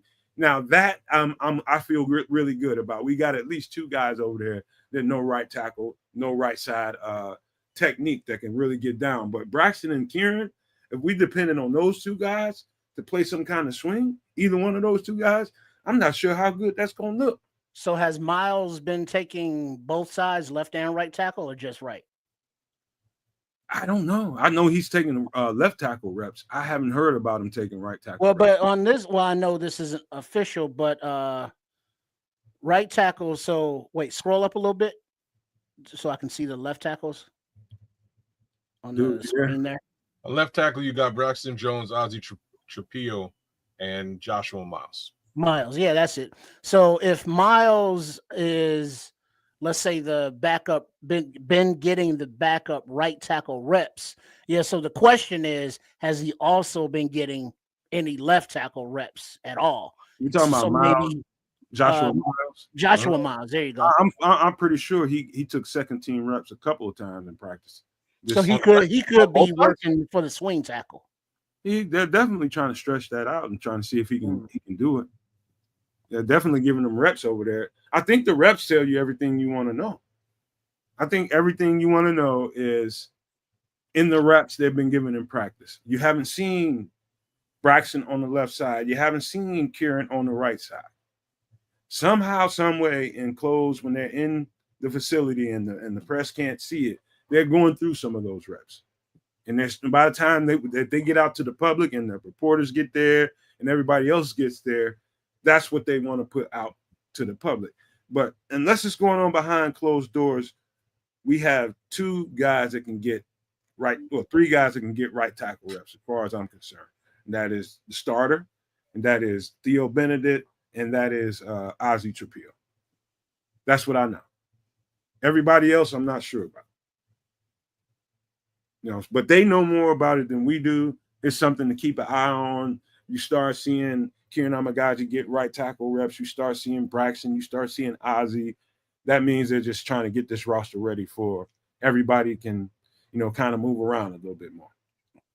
I just don't see Braxton Jones. He could surprise me. I don't see Kieran Amagaji. He can surprise me. I don't see that yet. I need to see it. That's all. All right. So let's move to the tight end. There ain't a whole lot to talk about here other than Cole Kmet getting hurt. We just signed a guy. I think the trio is Cole Kmet, of course, Colson Loveland, and I think Durham Smythe. I think everybody else is fighting for that, that practice squad spot. I think those 3 are the guys. Those are the locks. I think they're going to keep 3 tight ends. Don't you got to carry 4 though? You might.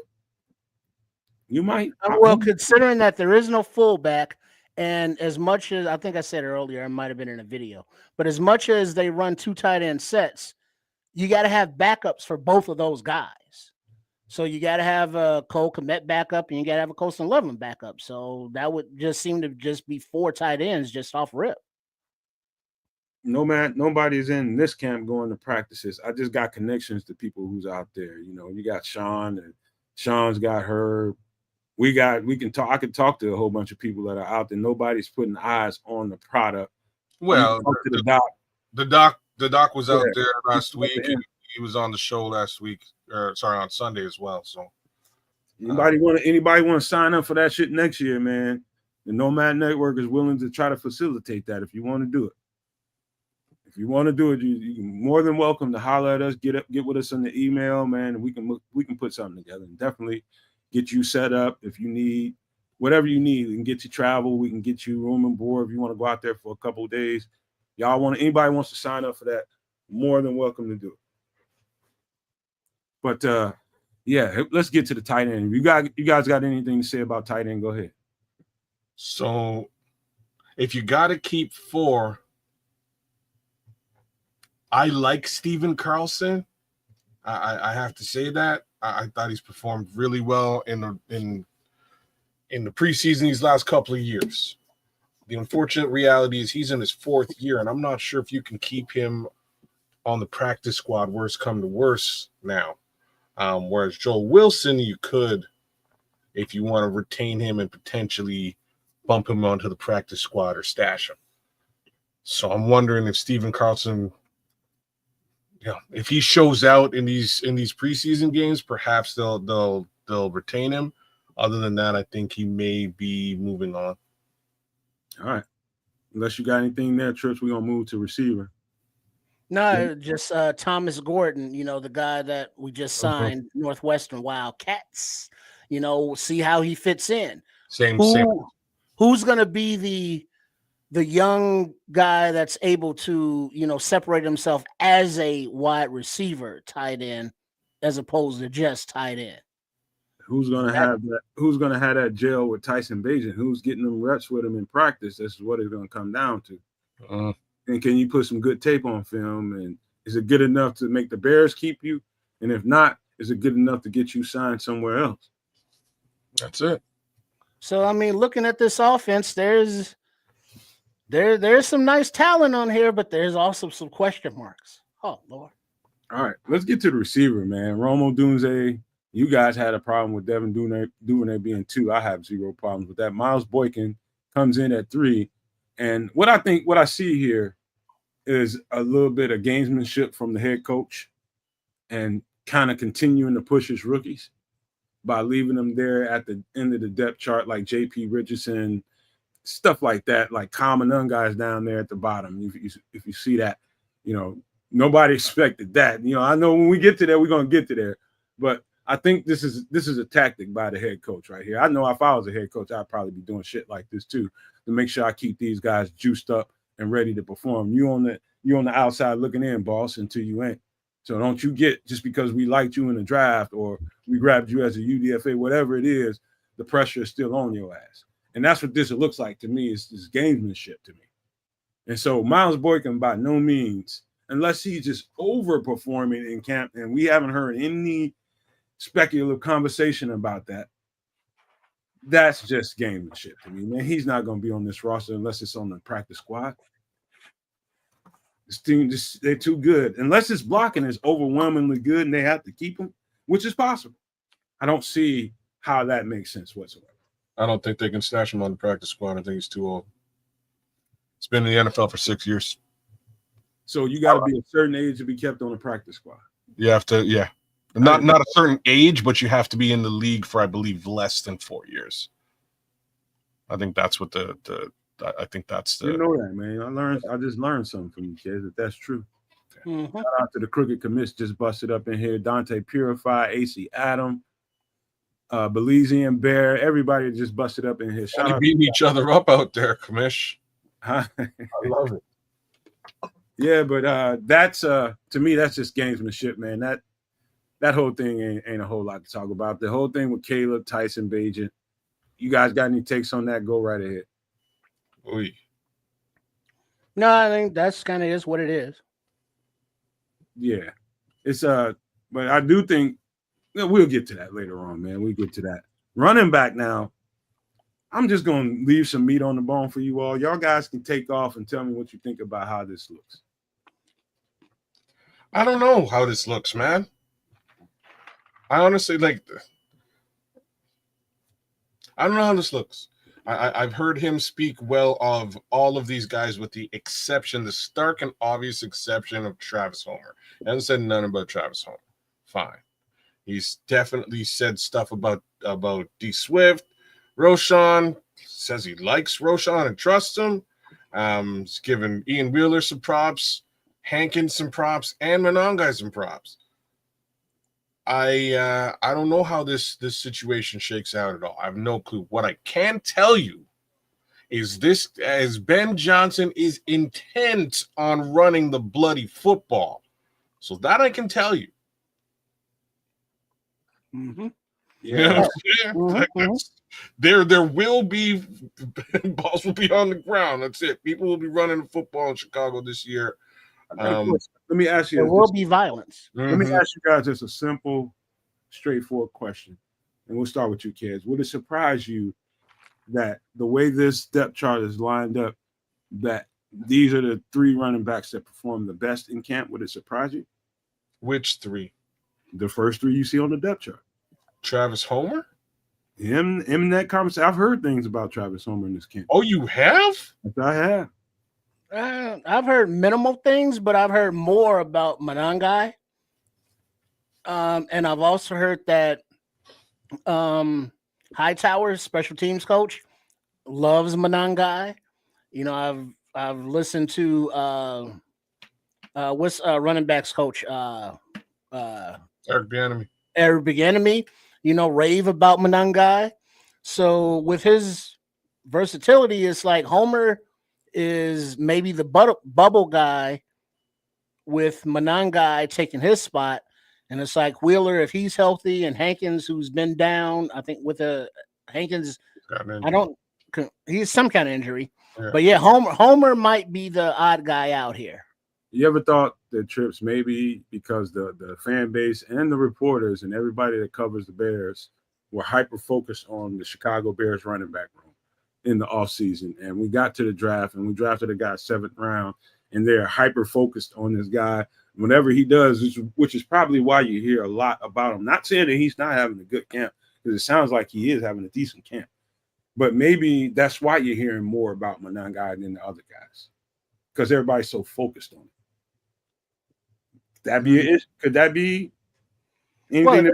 But if everybody's that hyper focused on him and he wasn't doing good, we would definitely know about it. But everything I've heard has been all positive. Yeah, I have too, man. I haven't heard a whole lot. If you want to give a negative, Ben Johnson's talking about how he went the wrong way on a play or something like that in his presser, and he had to get on him about that. But other than that, man, you're right. I've heard nothing but good things about Kyle Manangai. But since we're in the conversation about this depth chart, it doesn't surprise me that, again, this could be some gamesmanship by the head coach, making sure that he's keeping his rookies hungry. It could be just that. You see Ian Wheeler over there, Deion Hankins. A lot of people like Tim coming out in the UDFA market. A lot of people like that guy. But this is, to me, if you ask me, this is exactly what you would want to do. This is exactly what I would do if I was a head coach. I would put them out there at the very fringes of the depth chart to let them know where your place is on this roster. You're a rookie. Motherfucker, you got drafted in the 7th round. Motherfucker, you was a UDFA, and you just had an injury that cost you a whole season. We ain't penalizing you for that, but you got some catching up to do. These are veterans right here. You gotta overtake them. That just seems like good logical sense to me. I don't know how y'all feel about that, but that's just the way I see it. Like I say, I can't argue with that, and that's really the original depth chart, right? But what I can tell you is I've heard from Ben Johnson's mouth. I've heard him speak of all of these backs with the exception of Travis Homer. So one guy I didn't hear Ben Johnson talk about. They asked Ben about the running back room. He was like, "Yeah, it's coming along. I'm going to run the ball, and DeAndre's going to be, and Roshan's going to be. He's a guy I can trust, and Ian Wheeler and Kyle's coming up, and Deion's a little bit hurt, but we like what we see." Ixnay on the Homer.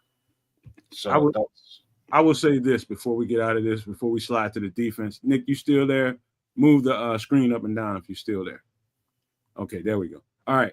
So this is my take on this running back room. I started this offseason, and we finished through the draft, and I'm still unsatisfied with that running back room. I don't care what people are saying about what player. I don't think we're strong enough. I haven't seen these guys up close and personal, so I have to defer. But it would not surprise me. This is my take on this. It would not surprise me if we get through a preseason game and a joint practice, and we're not seeing what we need to see out of 2nd, 3rd, 4th guy on the roster in the running back room. It wouldn't surprise me if they made a move after those joint practices and this preseason game. If they're not seeing what they thought they had in this running back room, you can best believe they're gonna fucking do something before the season starts. I don't know who it's gonna be, but they're gonna do something. Well, Mailbox Sports says that Travis is gonna be an at Homer. All right, let's get to the D line. Let's get to the D line. We're talking about the edge rushers right now. Montez Sweat, 1. Austin Booker, 2. Daniel Hardy, number 3. Love it. He's not out there on the fringes, but we don't have a lot of let's just say we ain't got a lot of edge rushers in this camp. But what you would see if you look down here, you see Jamry Chroma listed in there with you see him in a D tackle list. You also see let me see, make sure I'm getting this right. Xavier Carlton in there with the D tackle list with Andrew Billings and Jonathan Ford. I think that's just everybody's a DL here though, right? Yeah. Well, But everybody's DL. But here's something that you're looking at the third string there. But let's focus our eyes on that second string. What's that dude's name? Pickens. First name Zach. I thought it's Anybody heard anything from this dude in camp? I heard a little bit. Was it good, bad, and different? It was good. It was good. He was getting off the ball. I know that. But I heard more about Chris Williams than I have about Zach Pickens for sure. Much more. That motherfucker is standing out in practice. I'm talking about Chris Williams, which I thought he would. Remember those conversations, kid? Mm-hmm. And it was like, what? I was just like, this. I think he's the most explosive of the three techs that we have. It shows on tape. That dude can get off the ball and get upfield like it ain't nobody's business. And any coach like Dennis Allen, who kind of emphasizes getting off the ball fast and being an impact player on the offensive lineman, getting upfield, and really he's going to keep this guy. I don't think Chris Williams is getting cut.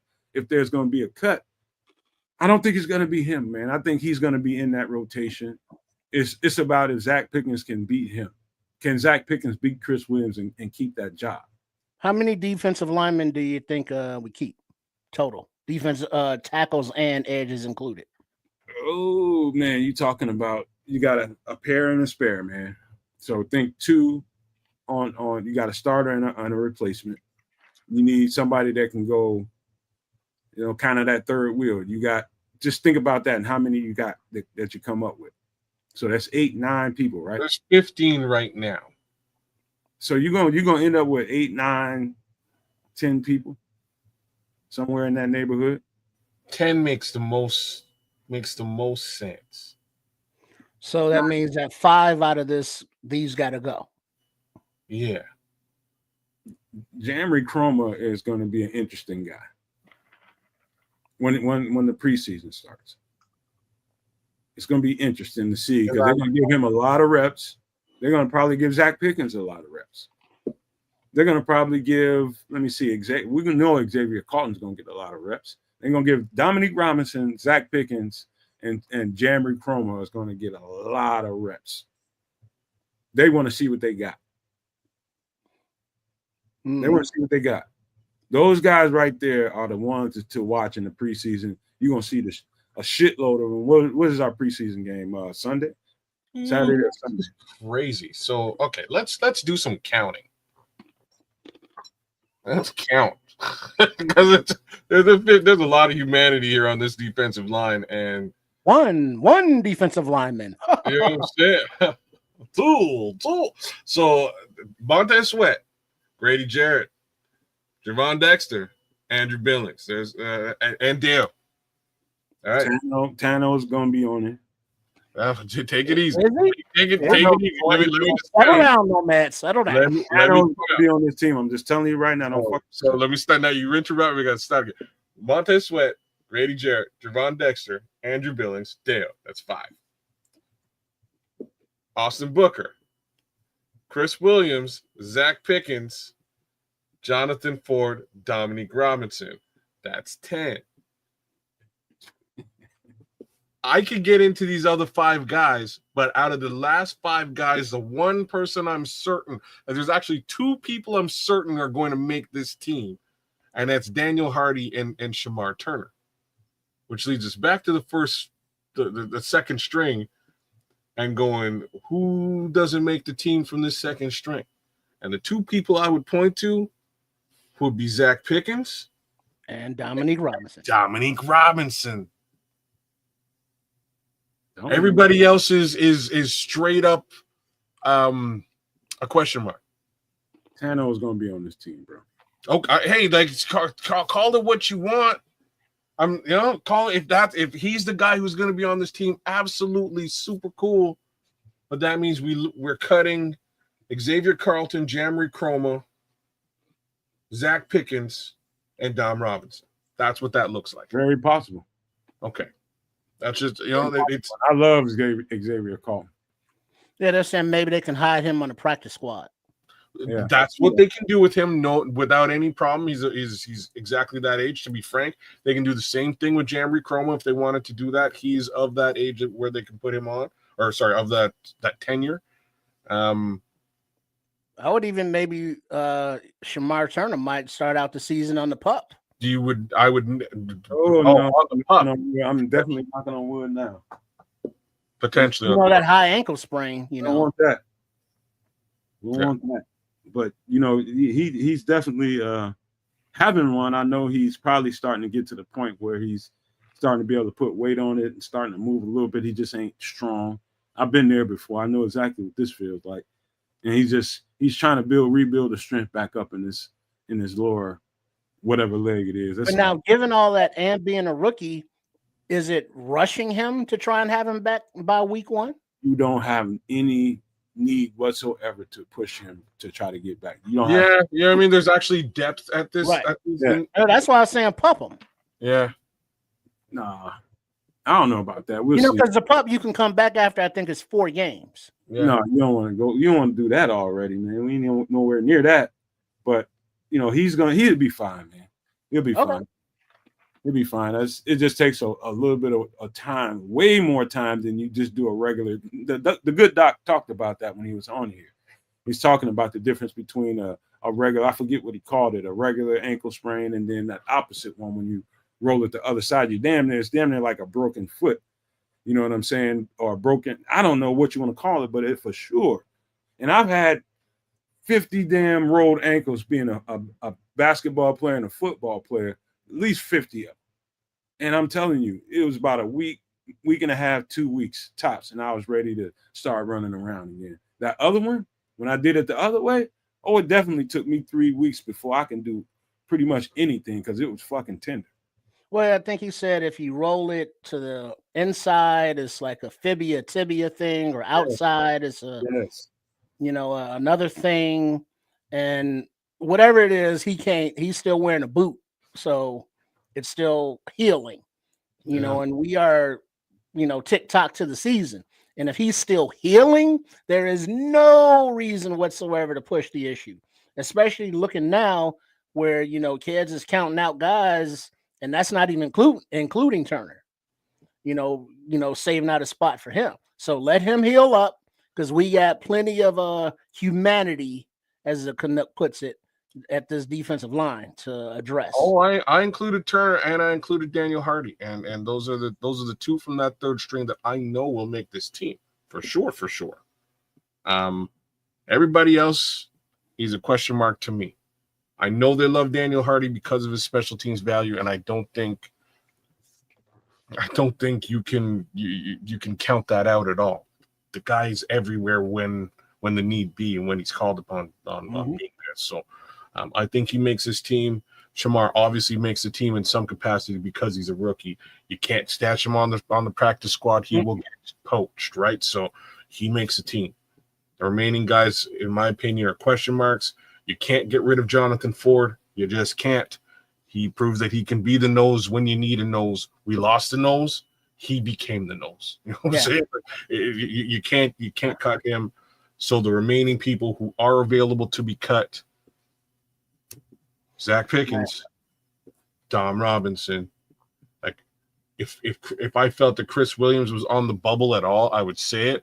I don't think he is. I think he's caliber enough to stay. And even if you look at that first 5, Sweat, Jarrett, Dexter, Billings, Dale, loads of locks, Booker, Williams, Ford, Hardy, Turner, sure.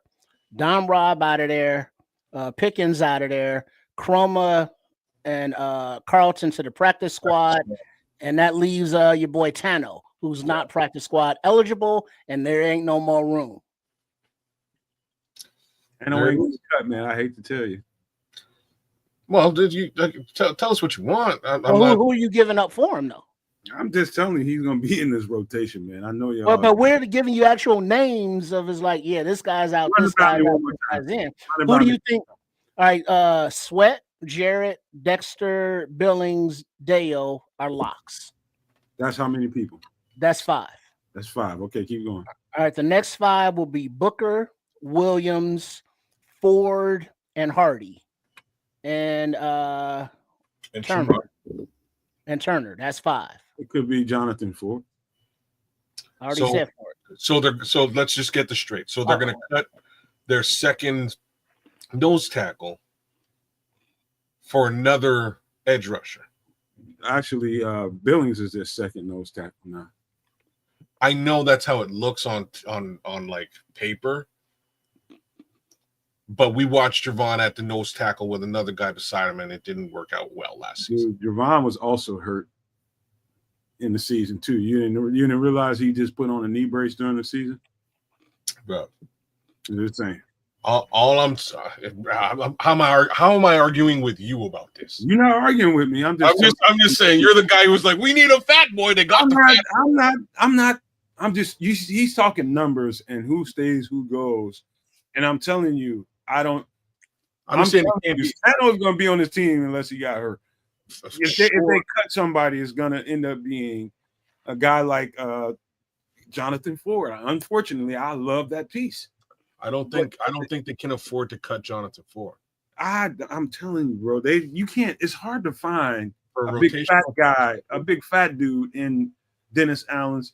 Try to look at some of his all 22 and tell me where you find a whole bunch of big fat dudes in there. It's got nothing to do with anything. Yeah, it does, bro. Talking about actual functionality. You got to look at his history, man. Sure. Look at the team's history as well. Last year, Billings went down. The world ran up and down the interior of that line for weeks. I know, kid. I was there with you, bro. We were watching the same football games. You know what I mean? That's why I'm saying. How am I arguing this with you? You just can't. You can't afford to really if you afford to let go of Jonathan Ford and Billings goes down again, we're in the exact same boat, and it's a big, huge. Because there are a number of those guys that can be a Tano, but there's only a certain number that can be a fat boy. Here's the thing, man. I think what we're kind of looking over, you got to look harder at this roster. Think about the guys that they think can swing inside out. You got one of your starters that might be a better interior pass rusher than he is an edge. You got that guy you can slide up and down the defense. You also have, who else is that on that motherfucker? You can do things with Javon Dexter, as a matter of fact. You got guys, man. You got guys that can kind of move around and give you multiple different fronts. Because as a matter of fact, looking at Sean's show this morning, and Herb was on there, they're playing around with 5-man fronts. That means Javon Dexter, Grady Jarrett, Andrew Billings, Montez Sweat, and Dial. That's a big fucking. But the thing is, they're flexing and kind of stretching the accordion a little bit to see what they can do with all this talent. It's a big front, but the big front, it translates both ways, inside and outside. They're even throwing Montez Sweat in there, giving him reps on the interior. So just understand what they're trying to do. And so if a guy, we get a guy that we really like that's not on this roster, I'm not surprised if Jonathan Ford doesn't make this team. But I fucking don't like it, but I wouldn't be surprised just because I know they're trying to find guys. You can't do anything with Billings and Jonathan Ford but rush them from the interior. That's all you can do with those guys. That's limited. Everybody else has some flexibility. I've even seen Grady Jarrett take edge rusher reps and win. The guy's trying to find flexibility.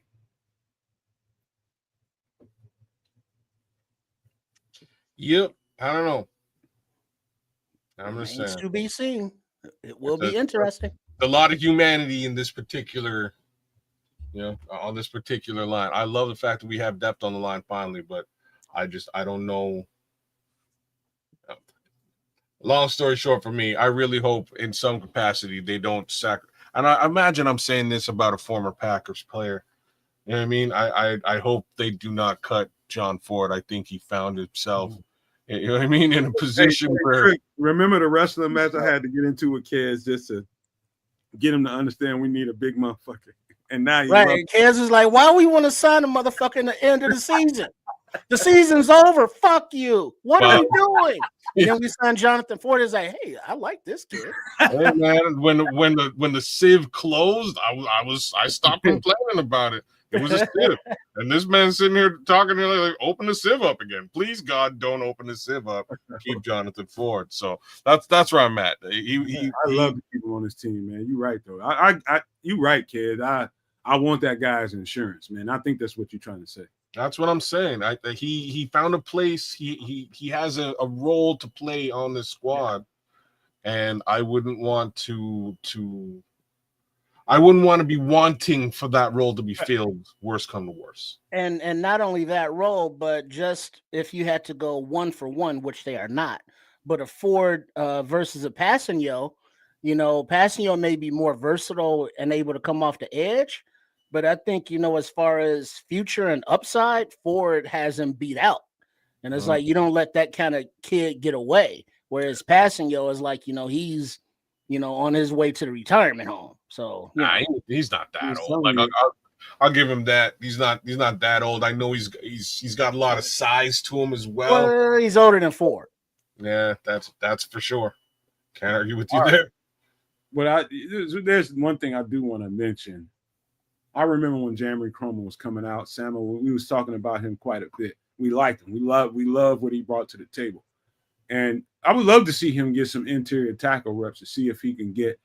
He probably weighs in at about 275. I know that's about where he was when we got him. Talking Jamie Cromer? Yeah, Jamie Cromer, I think is strong enough.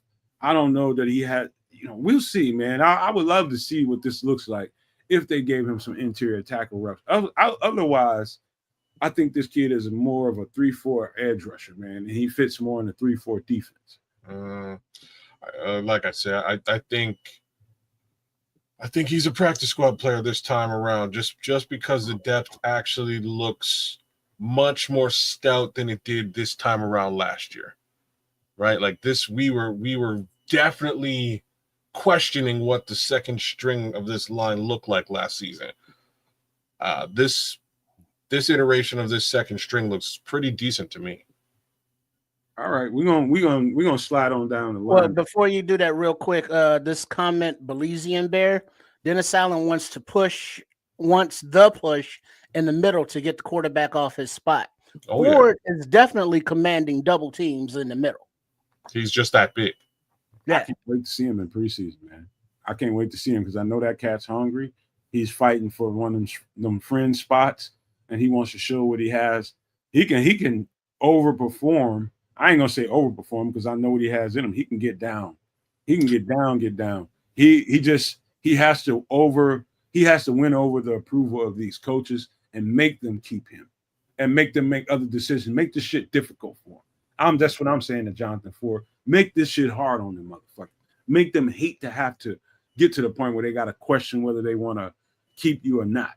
That's what you got to do, man. You got to get out here and use every rep as a goddamn like you're trying to win a gold medal in one rep. That's how you got to go about it. Man, it just reminds me of Eberflus coming in and cutting Kyrie's Tonga, who's on the Super Bowl. He went to the Super Bowl this past season, right? Like why did you do that? We now have no size and no depth at that position.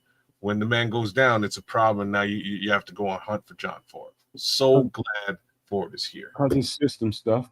It's just system stuff, preferences for defense. Yeah. But this is, I'm just saying, I hope Dennis Allen isn't coming in here with the same general system / preference stuff and leaves us in the same lurch. Well, the difference that I've seen with Dennis Allen, Ben Johnson, the entire staff, every room, is they're giving players the opportunity to play.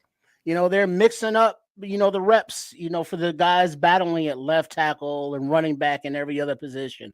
They're giving different looks. They're giving time to young guys, veteran guys. So it seems as though they're looking for the best players to play and to win. And, you know, they're being fair about it and not going, well, you're drafted this round, so you start. You make this much money, so you start. Or you're a veteran, so you start. It's like none of that seems to matter with this staff. They're just going to find the best football players. Yeah. And I like that. Me too. Yeah, we got to slide down to the linebacker, man, because this is where some of this depth chart stuff can be kind of interesting. But at the same time, I'm going to explain myself here. So you got T.J. Edwards as your starting will linebacker, and you got Eamon Agbagbamiga as your second guy. Ruben Hippolyte's the third. Swayze Bowman as number 4. And from everything I've been hearing, and it started off this way, and this is a training camp. Now, just remember, they're giving guys reps to see how far they can go with a guy. Ruben Hippolyte was definitely taking the second team reps. He was taking the first team reps when TJ was out of OTAs. So he was the first guy up at will linebacker, and he's continued to take will linebacker reps. They're putting him there. That's where Ruben Hippolyte is for now. You know what I mean? He has taken all the second team will linebacker reps. But on this depth chart, they have Eamon there. Now, the interesting part of this linebacker story is Noah Sewell getting all of the first team Sam linebacker reps. I said this too many times to count now.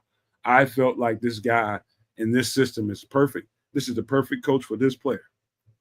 He gets downfield and he busts his ass. And that's all I've been hearing in camp. He is tagging motherfuckers. And this is a perfect scenario for him. Not only that, he's been taking the second team Mike linebacker reps. I've seen videos of it, many of them. And so Noah Sewell's stock is going up, is what I'm trying to say to you. And that doesn't mean Ruben Hippolyte not going to be a factor. What I'm saying is there's a difference in the roles they're asking them to play. Haven't heard once about Ruben Hippolyte taking Sam linebacker reps. Once. I've only heard him taking will linebacker reps. And that's just what happens in practice is you feel like you got a guy that's learning at a position. You want to get him, keep him there until you feel like he's mastered that one. Then start giving him other roles. Let him play some Mike linebacker. Let him play some Sam. But get him spiritually correct with this will linebacker role that we want him to play. They want him to be the second to T.J. Edwards. But as of now, they're making him fight Eamon Agbagbamiga on this depth chart. And, you know, I don't know how this is Keds' guy, but, you know, Ruben Hippolyte has been taking the second team will linebacker reps for sure. I like how you left it there. I don't know. I'm pulling for Eamon, man. Eamon's my guy. I'd love to see him get the opportunity to start in some capacity, but he ain't starting over TJ or Tremaine. So there's that. I like what I'm hearing about Ruben so far. The Noah Sewell thing throws me for a loop. It's just like, okay, cool, but where have you been? What happened these last couple of seasons with you? Like, what happened? Injuries. Yeah, so now he's free and clear? Well, it seems so. It was either it could have been the entire season. Wait, let me rephrase that. It was from the last regime, so it could have been injuries and/or personality conflicts. It was system, or that too. But how many linebackers do you think they keep? 6, maybe 7, maybe one more on the practice squad. 6 or 7. That's a lot, isn't it? Maybe. Yeah. I'm saying about they may keep about 6. This is they need some depth at linebacker, man. This kind of defensive aggressiveness that they play with, you need some physical guys, man, and they're gonna come in and they're gonna come out, bro. Well, if that's the case, there are 8 on this list, so power echoes to the practice squad, and more than likely, you know, and Bozeman Carl Jones was balling. Bozeman is one of those guys that can fuck around, stay on here because of a practice squad demon. I mean, not a practice squad, but a special teams. My bad. Well, Carl Jones, he can take that spot though. He might be the odd man out, but he looks good. Yeah, I'm talking about that's what I'm saying. That's what I'm saying. Carl Jones looked, you know, he was a demon. I remember him in college in those late night games. Was it UCLA? and it was like Jones, like damn. And then you saw him when he, got his opportunities, and he's fast, he's athletic, he seems to be smart, and he's young. Hippolyte is, high draft pick. He's staying. Amen's been balling out. TJ and Tremaine are, I would think locks. And like Noah Sewell, okay. Power Echoes ain't heard much about him, so. But I haven't heard anything Swayze Bozeman's name at all. So, okay. He's there. He's there. Special teams, man. Yeah. So yeah, but I've heard Jones, I've heard Amen, I've heard Noah, I've heard Hippolyte. I've heard those names doing stuff, but Bozeman, Echoes, no. You don't want to see Swayze Bozeman in the game as a linebacker. He can play, but that's what you don't want. You want that guy on it. He's insurance, and you keep an insurance guy like that around because of special teams. That's where Carl Jones could be special teams and play linebacker. So, you know what I mean? He's Bozeman. If he's that one trick pony of special teams, that's good and all. But if you get Amen, Carl Jones, battling for spots, those two guys look good as linebackers who can also play special teams. I was a Carl Jones tape fan. I was loving that fool's tape. That dude, again, I think he's another one of those guys, like kind of like Noah Sewell, that might have suffered, and his game might have suffered, and his output and production might have suffered, just purely because of the scheme they were running. Might not be as advantageous to him and that other player, talking about Noah Sewell, as you might have wanted it to be. You thought that maybe this zone scheme might be beneficial to this quick, twitchy player like Carl Jones is. He's also an edge rusher. You see a lot of reps coming off the edge. He's never going to be an edge rusher in the NFL, not on this team. But the linebacker, he's a hitter, man. He's a tackler. He can run sideline to sideline. Noah Sewell, I'm sure, suffered because he had to play in space so much, and he couldn't get downhill and show the aggressiveness that he has in him. It just wasn't there. And so that's what I think people were missing. It's systems that make these players either look good, or you just wondering, like, what the fuck is going on with him? Like Noah Sewell. He was on the, those injury or that guy that dressed or didn't dress, man, he's just not looking good in practice. This is what we can do with him. We don't want to put him on the practice squad because he's going to get poached. He didn't fit in that system and they made a mistake drafting him in that system. This guy that we have as a defensive coordinator now, and it's evident, I thought it would fit well for him, and it sure enough fucking did. This guy's going to be thumping out here. We're going to be talking about Noah Sewell all fucking year long because he's going to be knocking the piss out of people. He can get downhill with the best of them, and he can rush the pass. He's going to be a good one, man, in this system. I'm telling you. Well, you know me, man.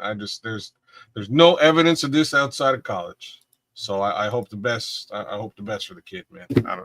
They liking what they seeing in camp. I'll tell you that. That's all I can say as far as the linebacker room is concerned. I think Levante nailed it. He says they're going to keep 5 and put 2 on the practice squad. I think that's exactly what it looks like. Your boy Noah Sewell is one of them 5, right? TJ Tremaine, Amen, Noah, Ruben Hippolyte, and these 3 guys, like, they may keep 3 on the practice squad. These 3 guys could be on the practice squad. They're all practice squad eligible. So potentially they keep the remaining 3 on the practice squad, with the idea that likely one of those 3 guys gets poached. And I would assume if somebody gets poached, it's going to be Carl Jones, because he's, there's enough. I know one thing, kids. Amen Agbagbamiga is a resilient motherfucker. He is resilient. He has found a way to stand out amongst this I would say semi-crowded group of guys. You know what I mean? I think this is a decent group of linebackers, man. I really do, man. I just think there's no real good answers here, because every last one of these linebackers, even Swayze Bozeman, I've seen good shit out of him. You talking about you making every last one of these are hard choices. Every last one of them, because they can play. But you can only keep so many of them. That's the challenge, man. But going to safety, man, look, we talking about high safety, low safety. This is low safety. Jaquan Brisker, of course, is the number one as strong safety. Elijah Hicks is listed as a strong safety here. Major Burns as the third strong safety here. Now at high safety, which is Kevin Byard, you have Kevin Byard at 1, you have Jonathan Owens at 2, then you have Alex Cook at 3, Tysheen Johnson, again, treating the rookies the way you're supposed to treat them, keep them out there on the fringes. I think every last one of these safeties, whether it be from Jaquan Brisker, Kevin Byard, on over to Elijah Hicks, Jonathan Owens, Major Burns, and Alex Cook, you talking about you got 2, 4, 6 safeties that can play high and low. That's a surplus. Every last one of these guys, they'll be fine if you play inside, play them outside, or high, low, doesn't matter. The only weakness, I think, in my opinion, is Jonathan Owens playing high safety. I don't know that he has this. I don't know that he has the best sideline to sideline speed, but he's better. We can do worse than him as your backup high safety. You know what I'm saying? Tysheen Johnson, I never saw him as a sideline to sideline guy. I think he's a box safety. I do think if he can make it, he's going to make it as a box safety. Alex Cook, I've seen him do it at Washington and in the pros. So he can do it. Major Burns is a major question mark to me, and we're going to find out about him in the preseason. But I like that first 4 guys, 5 maybe. I like 5 of those guys, man. They can, that proven they can do it. Jaquan Brisker, Elijah Hicks, Kevin Byard, Jonathan Owens, and Alex Cook. I still think there might be another guy out there. Yeah. And that guy might be on the squad already, right? And that's why I look at this safety situation and I'm, a little trepidatious. I think very similarly, we're looking at 5 guys: Brisker, Hicks, Burns, Byard, Jonathan Owens. And I'll be honest with you, I'm not a huge advocate of Jonathan Owens. It's real funny, man, because he was a real thorn in our collective side when he was in Green Bay. Now he's just, Mr. Simone Bots. He's just a guy. He's just a guy, man. He's a hardworking kid. He's a good backup. He's, a solid player, but I think we know what he is, and it's like, yeah, he's definitely upgradable. Bro, I watched him. I watched them try to call him Mr. Biles on this interview. I think it was Stacey Dales or somebody that was interviewing him, or what's her name, Dion, and what's her name? I forget the other lady's name, but they were interviewing. They wanted to call him that so bad. I saw him get tight.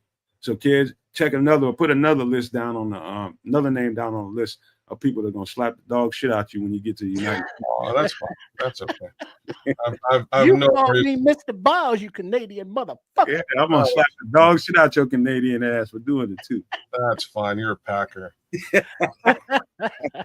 Eat that. So man, let's move on to GB. You know what I'm saying? So, let's move to. Go ahead, kid. I'm telling you, you're gonna get slapped, man. That's okay.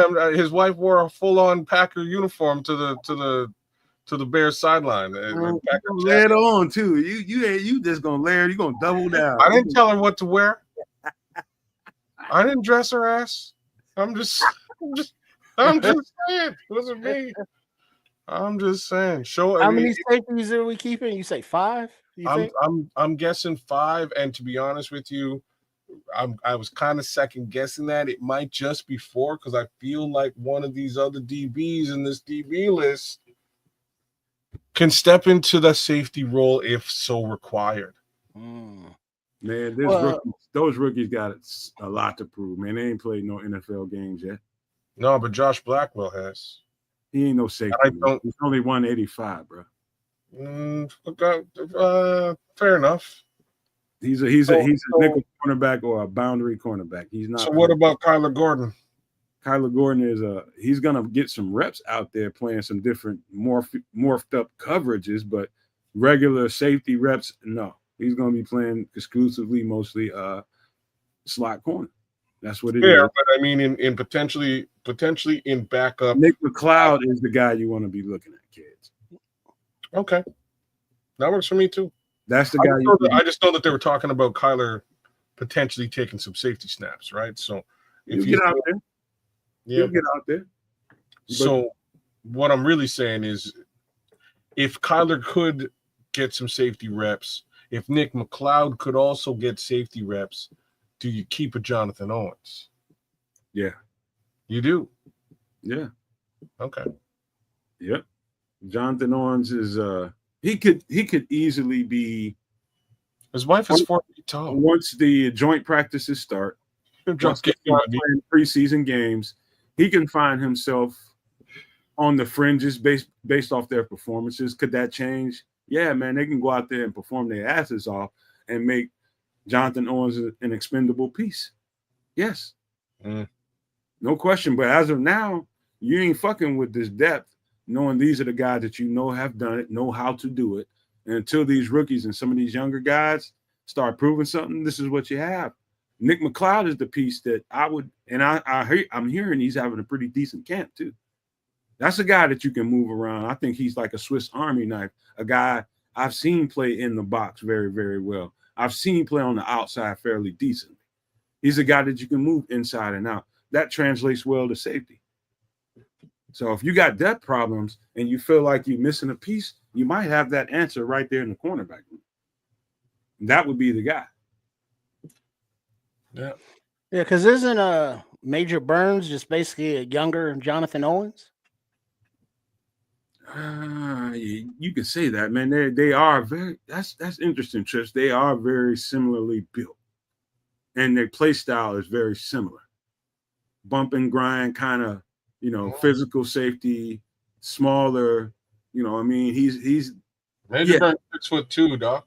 I thought he was talking about my bad. Tyshim, he's only 5'9". My bad. Wrong player.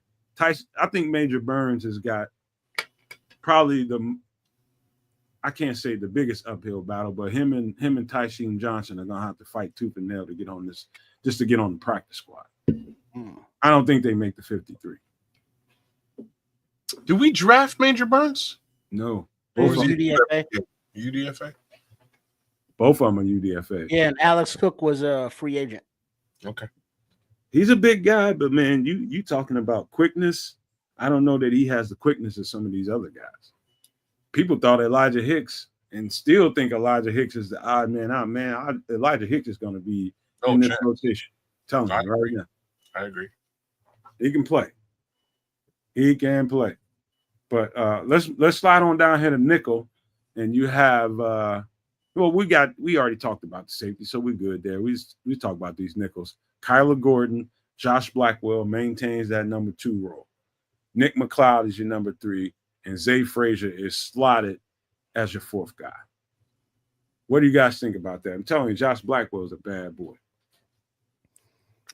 I don't really think anything changes there. That's just sort of my thoughts. I think my question mark is around Nick McLeod, but the versatility that you just sort of brought to light and the fact that he's, again, experienced, whereas, Zay Frazier's a rookie, this bodes a little bit better for this group of 4 human beings. Josh Blackwell's going nowhere. Like, he's definitely making this team. Kyler Gordon obviously is on this team. I have a strange feeling that Nick McLeod and Zay Frazier continue and make this team too. I'd be surprised. Has Zay, not Zay Frazier.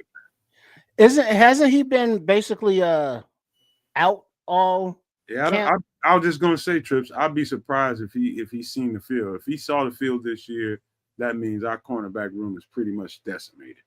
And I'm agreeing with Richard Long here. I think he's going to be a red shirt. Yeah, he wasn't injured. It said personal, which has all the vibes of like a sick and or dying family member type thing. Yeah, I don't think he sees the field. This cornerback room's too crowded. Yeah, and so he won't be. They can't put him on the practice squad because he would get poached. So there has to be some kind of designation. Some kind of designation that they can put him on. Yeah. They'll keep about 5 possibly 6 of those guys. They use a lot of DBs in this defense. So it wouldn't be surprised if they went extra in the cornerback room, and it could be a safety in that group that they might keep. They're planning on playing at safety, like say Nick McLeod. You know, he can get they got ways of keeping some of these guys on the roster. I'm telling you right now, I don't see Zay Frazier seeing very much action, if any, this year. He has just been out. He just hasn't been there. So I mean, he redshirt him. Yeah. And so, but now speaking of red shirts and looking at the cornerback room, since Jalen Johnson has been out, that's left a lot of reps out there for Nashawn Wright to make a name for himself. Because I've been hearing his name like a lot in coverage in place of Jalen Johnson. And so it's like, well, when Jalen comes back, who's going to be your cornerback too? Tyreek Stevenson, Terrell Smith, or Nashawn Wright? And I just keep hearing Nashawn Wright's name come up more than any of the other guys, Speed, Wade, Flowers, or Walker. You're gonna though. They're setting him up.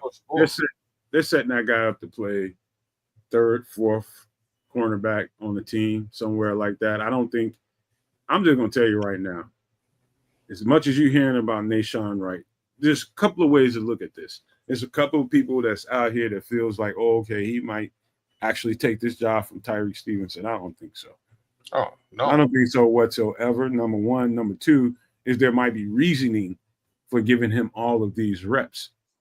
You know what I'm saying? You give him a lot of reps and give him significant reps, high reps with the ones all the time, just to see if he could be one of those fringe guys that you can keep and make the case to keep him. This is Al Harris's guy.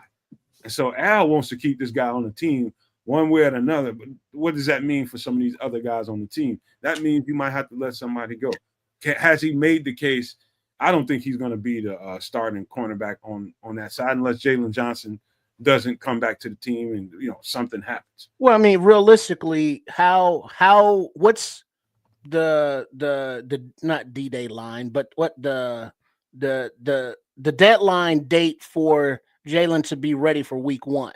He should be back by this date to give him time to get physically calloused up and learn his place in the offense and all that stuff. As long like as a month before the season, a week before the season. Be about a week. They're just going to be making sure that I'm hearing that he's in the building. So there's a lot of people that were asking. They haven't seen Jalen. They've seen him on the field, but he popped up out there. I think he heard all the bullshit, and they popped up for the Family Fest. And I just heard, I think it was today or yesterday, whenever Tyreek was talking. I think it might have been today or yesterday, but he was talking about in the meeting room. He said Jalen every day. He in there every single day asking more questions than everybody. So it's not like he's not there. He's not in the facility. It's not like he's not working out. He'll be fine, man. Jalen is a plug and play kind of cornerback. He's, anytime you haven't been doing football related conditioning, it might take you a week or so to get yourself back to the win that you had before you start practicing. It might take you a week. That's all it is. I had an ankle injury, and I felt like I was the fattest, most out of shape motherfucker in the world when I came back from that ankle injury, even though you see not a lick of fat on me. But football win and football shape is different. It's going to take you a minute to get your win back the way you want it, and so that you can function out there and you ain't feeling like you about to drown out there. You know what I mean? So he'll be fine, man. He's going to probably need a week to get back to the. Yeah, because so far all we've heard was leg injury, very vague. But then I heard Greg Gabriel say that, per league rules, teams don't have to specify what injuries player have until some certain date. So, ankle, knee, hip, we don't know what's wrong with him. Plantar fasciitis in his foot, bad turf toe, whatever the hell's wrong with him. We need him to get healed up because, the legs are his money makers because it's obviously not his interceptions. That's not, his thing. So you got to be able to run around and run and cut, and whatever that leg injury is, I'm just hoping that it's healing nicely. Let me holler at Andre Bryant. So he's saying, Andre Bryant says, week 1, Justin Jefferson. You want Jalen traveling with him all game long? I'm gonna let Jalen. If I'm the D coordinator, I ain't gonna put too much on Jalen. because we've had a healthy Tyreek Stevenson the entire camp.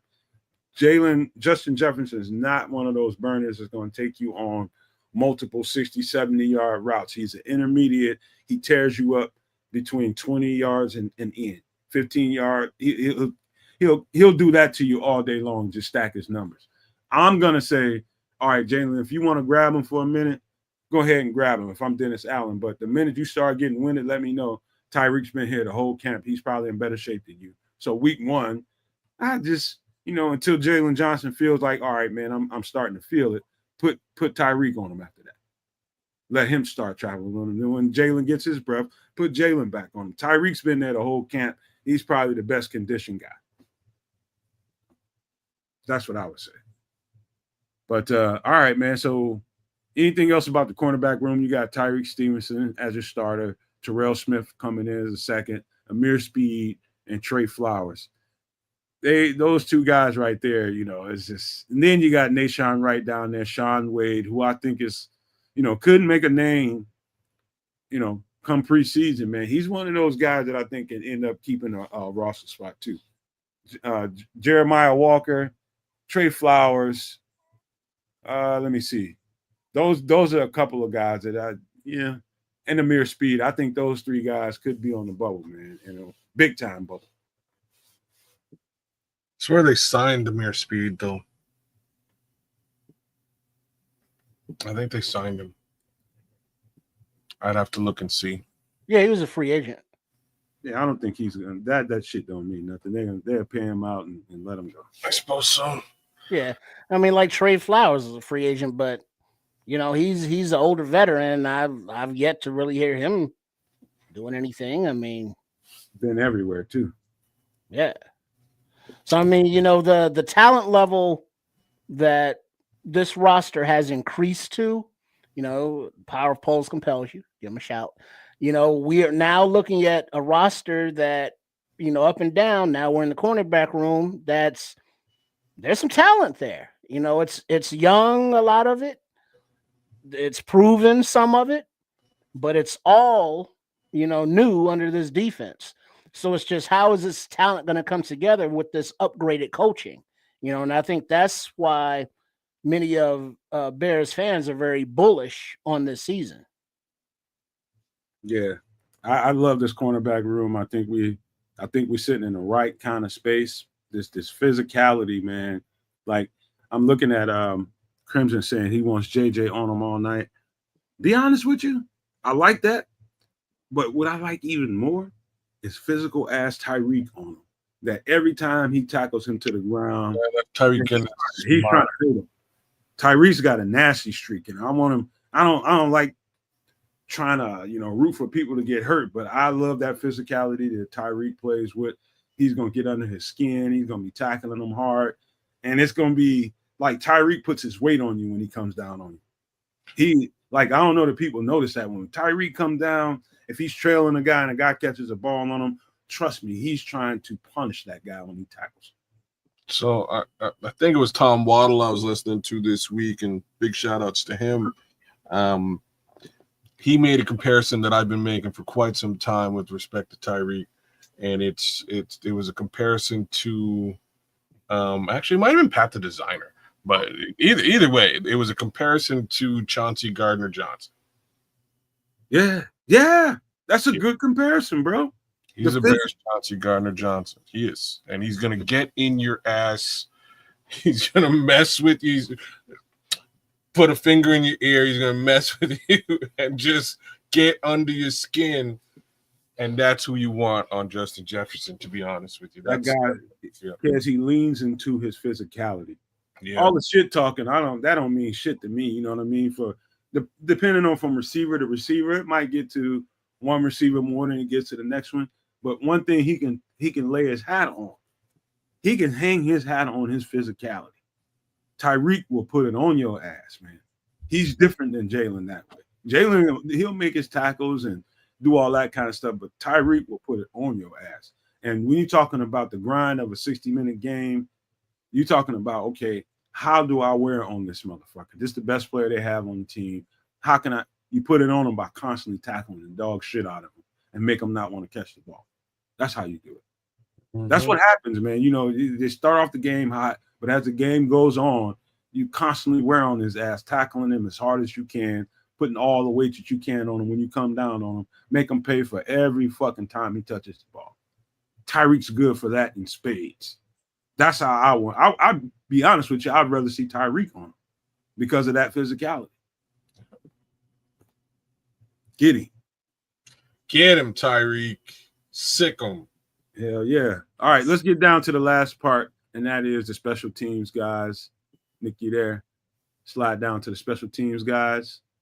Man, I heard that Cairo Santos was hitting 53 yarders. That's a good thing, Belizean Bear. That's like Roquan hits people. He's trying to drive your fucking head into the dirt. That's a great example, man.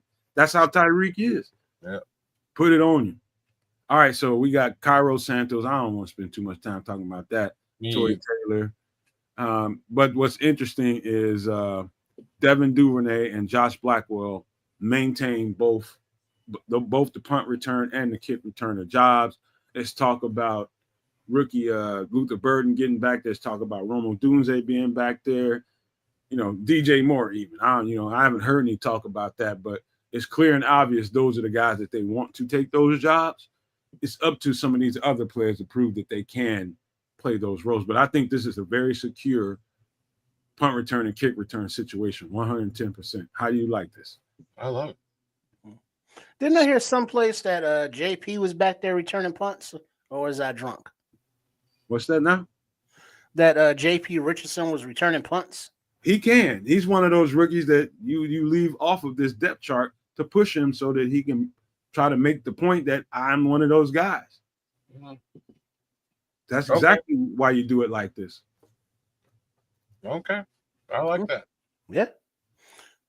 Yeah, because that's also another feather in his cap to make the roster, you know, aside from the wide receiver room, if he has this versatility to, you know, return as well. I wonder where you was at, Scrolls. I ain't seen you all night. He says he's walking around 99 Ranch with the wife grocery shopping. All right, man, don't be on none of that Brokeback Mountain shit, on that cowboy shit now. I'm walking around the store looking at all the women in they flip-flops, seeing who got I'm only saying that, Scrolls. I don't know what the hell 99 Ranch is. It's probably something in California. Well, grocery shopping. Is that what it is? Some kind of grocery store? It must be. Yeah, context clues. Sounds country, whatever it is. Chris Foster is such a jerk, Chris. What do you say? Put it up. What do you say? Oh man, it's because he said it to him last week too. That's why I'm laughing. So he says, "Scrolls, tell her I said hello." He said the same thing to Scrolls last week. Him and Scrolls were getting chippy in the chat. He's like, "Scrolls, tell your wife I said hi." I don't know me getting people beat up and shit. Hey, he put it in. He typed it. I'm just putting it on blast. Oh, he says it's an Asian grocery store. Okay. Oh, word. Oh, okay. An Asian grocery store called 99 Cowboy. 99 Ranch. 99 Ranch. Yeah, that's wild. That's wild, man. Yeah. All right, Nick, you can take that down. We about to get to some off-color topics here, man. The last thing I have to say here is like I'm pulling for Jonathan Kim. Just want to put that out there. As far as special teams is concerned, go John Kim. All right. So I don't know if you guys have heard, and we're getting into some extra sauce right about now. Here we go. So I don't know if you guys have heard about the story about Christian Wilkins losing like $35 to $39 million, defensive tackle from the Raiders. And I don't know if you guys have heard, man, but reasons why he's lost. He better be taking their ass to court, man, because it's some bullshit. $35 to $39 million guaranteed. That's crazy. But what's more important is probably less important is the fact that immediately after they released some cares and trips, nobody had heard anything about any of this shit you're seeing on the screen right now. And so they voided his guaranteed contract. Now all of a sudden this kind of shit comes out. How is that? He's affectionate with his teammates. You know, he's a kisser. How is that? I mean, come on, no man. Haven't you ever been in the locker room and one of your teammates gave you a little whack on the ass, say good game, and give you a little sugar? Oh no. You get little sugar. Oh no. Look at this homie pulling away as far as he can. He's like, nah, dog. He's like, dog, if you kiss me, I swear to God. You want some other shit, man. Man, get your ass on up off me, man. Actually, one of my close friends, we almost got into it for him playing around like that. Yeah, Andre Bryan, I saw that split. He did that, like he was. Oh yeah, when he kicked his leg up in the air and then dropped man, down. you're the one who showed me it too. Yeah, it's like he was trying to pick up those dollar bills with his butt cheeks. I could hear RuPaul "Work It, Girl" in the background. I swear. You better work, girl, work. All right, let's talk about the. Let me get this off because y'all gonna go crazy. Yeah, I know RuPaul. Shit.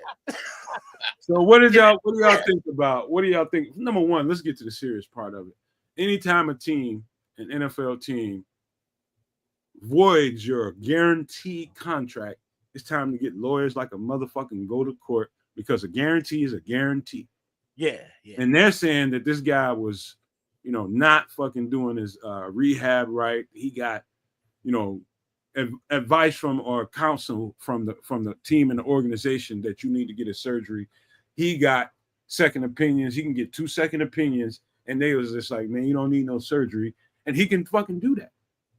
And they're saying that he was fucking over his rehab process and not doing the things that he was supposed to do, and they gave them grounds to deny his guaranteed money. I got a problem with that. Uh-oh. I got a serious ass problem with that. Anytime $30-something million is on the line, that's guaranteed, and my name is on paper, and yours is too.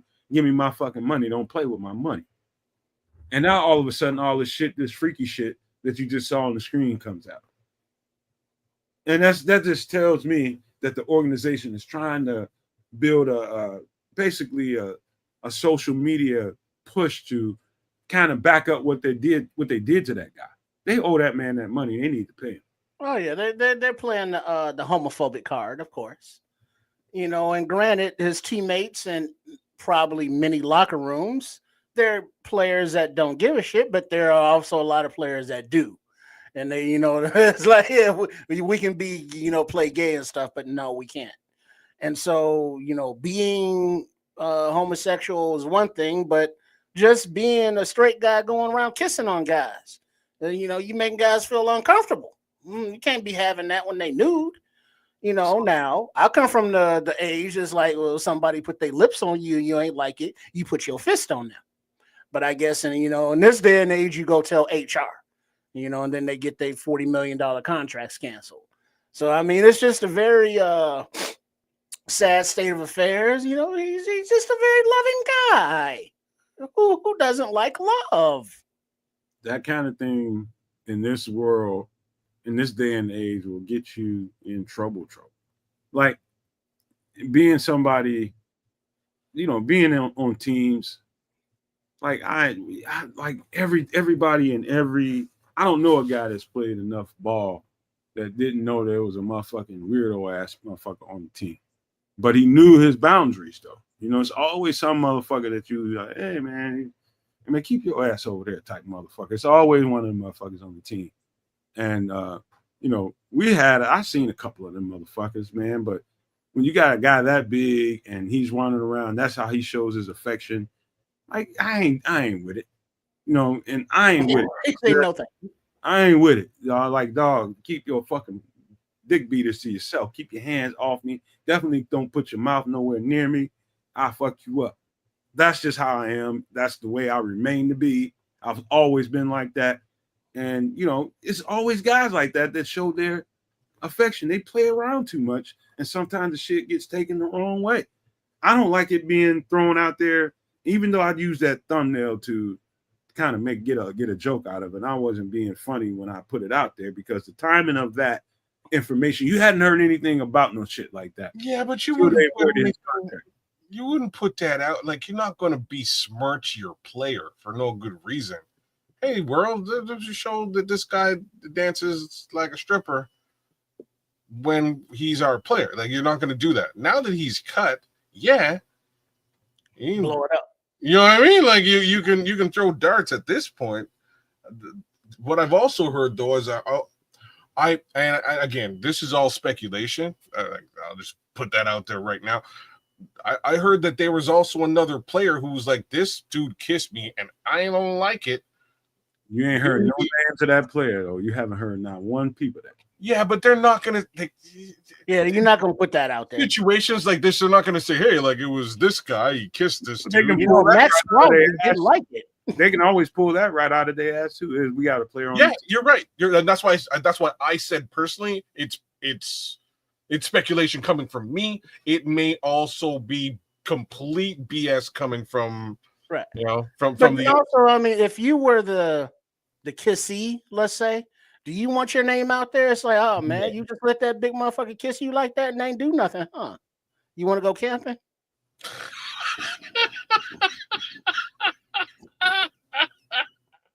See, maybe that's why I don't like camping. Maybe You know, so I mean, you don't want to embarrass anybody unnecessarily because they were the object of one's affection or desires, you know. But it's obviously a thing that and Belize Bears killing it here, right? Like if they took it to HR, the team had to do something, and you can't just be a blind eye and say boys will be boys and that's go a hell figure of it a out. story to put out there when you got 40 million you want to keep in your pocket. Well, I don't think put the name on it. Don't put the shit out there. I see what you're saying, but I know, and I know you're sticking up for the guy and his money here, but at the same time, it's an HR issue. You can't, if you got to fire this guy because he's running around kissing folks and they're not having it, what do you do? Well, but isn't that something that in a locker room where it's like, kangaroo court handles that shit and they'd be like, look, man, don't put your lips on another motherfucker up in this locker room with some bad shit gonna go down. Well, it's like what you're describing has probably gone on, because if you looked at the picture Nomad just threw up there, he was wearing two different jerseys when he's kissing fools. You know what I'm saying? And we've seen a multiple team kisser. He's a multiple team kisser. This is not a single a one-time event. It is a pattern. He's a serial kisser. He's a serial kisser. Hey man, I gotta tell y'all a quick story. And this is I can't. Isn't it about serial kissing? No, this is up way worse, man. Okay, way worse. So I'm going here. It's bad, man. All right. I'm just gonna say one of my homeboys, one of my tightest homeboys, one of my teammates got married, and we went, and he called up a bunch of us, man. I was lucky enough to be the best man in that wedding. And I put together the theatrics, the fucking bachelor party and all that shit. And so we was in the hotel room just chilling, waiting for the entertainment to come, and we was getting ready and we was drinking and getting having a good time talking. We ain't seen each other in a while, and man, dude, and I hate to say it, man, he's a Q dog. I ain't going to say his fraternity out there. Everybody knows that. It's dead. And listen, I didn't say the fraternity. I just say he's a Q dog. I mean, people can interpret that for what they want to. But listen, we in the hotel room. It's like 10, 12 of us in there. And this motherfucker, we get to drinking and having a good time, talking shit, just getting ready for the entertainment. And all of a sudden, I'm talking to one of my linebacker teammates. I got my back turned, and my linebacker teammate eyes get big as fuck. And he's just like, what the? I turn around, and one of my running back homeboys is completely asshole nigga in in a locker room, not a locker room, but a hotel room full of dudes, just swinging it. On the bed, standing on the bed, just up and down, just doing too extra. The point that I'm trying to make is there's a point to this. Yes, man. And I had always heard little things about him. When it's your homeboy and you love him, his teammate, you love him. you don't give a fuck what people say about him. You're gonna want to defend him naturally. And so when he did that, I turn around. I'm just like, dog, you is tripping. Get your motherfucking shit on, man. What you doing? Like you don't. Where they do that at? Where they do that at, man? What dudes? Nothing but dudes in the room, and you jumping on the bed, swinging your J. What is that? But that right there, I'm telling you, every team has a motherfucker like that on it. Every team. I don't give a fuck what team. I don't care how much you love your teammates. It's a motherfucker like that on every team, bro. I had to get him straight, man. I was about ready to beat him. But it was just, that's just him, man. You know, he's gonna beat him. You know what I mean? We just had to let him know there's some boundaries up in this motherfucker, dude. He's a meat swinger. If that's true about Christian Wilkins, there's people on his team that's scared to let him know, motherfucker, you got boundaries, man. You can't do that. Oh, bro. Like if I was at the party, like that's where me and the homie leave the party. It's like this ain't my kind of, you know what I mean? This ain't my kind of. It's not how I get down, homie. I'm not trying to tell you to put your clothes on. That's on you, dog. I catch you when I catch you. 60-degree. When my eyes find the door, I'm out. I'll say this. I'll say something to whoever's standing beside me. Be like, yo, homie's ass naked. And we're gonna bail out. I'm breaking out because this I'm looking for something completely different than that. That's not what I'm here to. That's not my kind of party, man. About. So I'd bail out. I'd leave. It was just disgusting, man. Like we're in the wrong spot. Yeah, that's what I'm saying. Like, who's hosting this party? What time is it? Like, what you want to leave? Like 5-10 minutes? Like, no, now. no, we're leaving. Now. Somebody called me a cab. We'll wait for it outside. Hey, we know the dancers is coming. We know everybody is tuned up because they got to see pictures and videos of the dancers. They knew what was coming. They was bad. They was bad now. And they got motherfucker was drinking and getting excited. This motherfucker jumps up on the bed, hotel bed, asshole naked. Nothing on but his socks. Church socks at that. And this motherfucker, man, I could not believe it, man. We was all standing there like, motherfucker, is you? What the fuck you do? You go outside and smoke some dope? Fuck wrong with you? Man, are you sure there wasn't no Sherm at this party, bro? Man, that's him. He was so shamed after he realized that, damn, I just played myself. He's like, oh, it wasn't that kind of party. He was just letting his hair down, like, oh, suck it. I love him to this day. I don't want nobody to get that twisted. I love him. That's my brother, and I love him and I hurt somebody about him. But he twisted and he freaky, man. That's the truth about it. That's funny. So sometimes you just gotta let freaky people be freaky, but they ain't trying to be freaky with you. They just being freaky. You just in a freaky orb. He's just early though. Like, see, he's waiting for the stripper to show up. Yeah, pre-gaming. You know what I'm saying? Just get it ready. You ever did a bachelor party? Bro, I've done bachelor parties, but ain't none of the dudes got naked. Like I'm talking about how we get ready for the entertainment. You know, motherfuckers start drinking and do all that. Like just pregame shit. Yeah, we were hyped, bro. We were hyped, but we had all of our clothes on.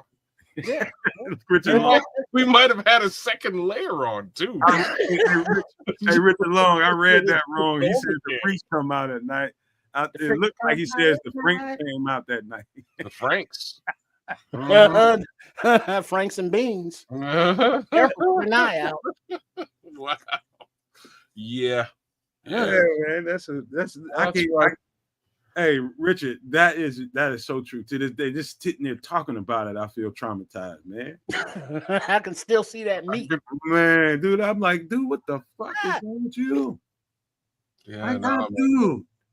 Yeah, I mean, but $40 million, I'm sure there's a lawyer like, look, man, we know why you got rid of him, and it wasn't because of what you said it was. It was because you wanted cohesion in your alpha male dominant locker room, and some dude walking around, giving wet ones, ain't gonna fly. You're gonna get you. So they had to get rid of his ass, and it probably wasn't legal. So there's going to be some sort of multi-million-dollar settlement, I'm sure. But the question is, does another team pick him up? Question is, who did he do that to? Was it a rookie that was trying to fight for a roster spot and just like, hey, dog, what the fuck is that all about, man? You ain't gonna say too much to no motherfucking millionaire, multi-millionaire. So you're saying Max Crosby? What are you talking about, man? Man, I'm talking about whoever it was that they saying that went to HR. Bro. Whoever they said that went to HR. Who is that guy? Yeah, Ashton Genty. It don't matter how much money he has if he's kissing you. If you know what I'm saying? If you like it, then you don't go to HR. It's literally this simple. Oh man, I liked when he kissed me. It was cool. It was fine. Yeah, I'm not gonna tell. Or I don't know you from a hole in the wall. We just teammates, and all of a sudden you just roll up. Bro, you roll up and kiss me. It's like, don't be surprised if there was no level of a scuffle, right? Like there probably little kerfuffle. You know what I'm saying? There probably was a skirmish at the Raiders practice when the big homie decided to put his mouth on people. It's like, why y'all in here fighting? Is it because he kissing people? These days, I wouldn't be surprised if it wasn't, man. Some of these motherfuckers kind of fluid these days. Well, did you see they showed a clip from that TV show, The Game, from a while back, where it's like the inner workings of a football team, and the quarterback Malik invited his center over for dinner, and they just kicking it, and Malik is getting the food out the oven. It's like, hey, let's put on some music, and they put on like Jay Holiday, Knock You Down, Sleeping With You or something. They singing, and then the dude, went up behind him, like your boy is kind of behind you, but different. And he gave him a little sugar on the cheek. And like, and he's like, dude, what you doing? And he was like, he was like, man, I'm serving lasagna, not ass. It's like, you ain't gonna tell nobody, is you? That was the first thing the dude said. And he was like, no, who am I gonna tell? But he ended up telling everybody, and the dude got kicked off the team because everybody found out and didn't want to be in a locker room with a homosexual.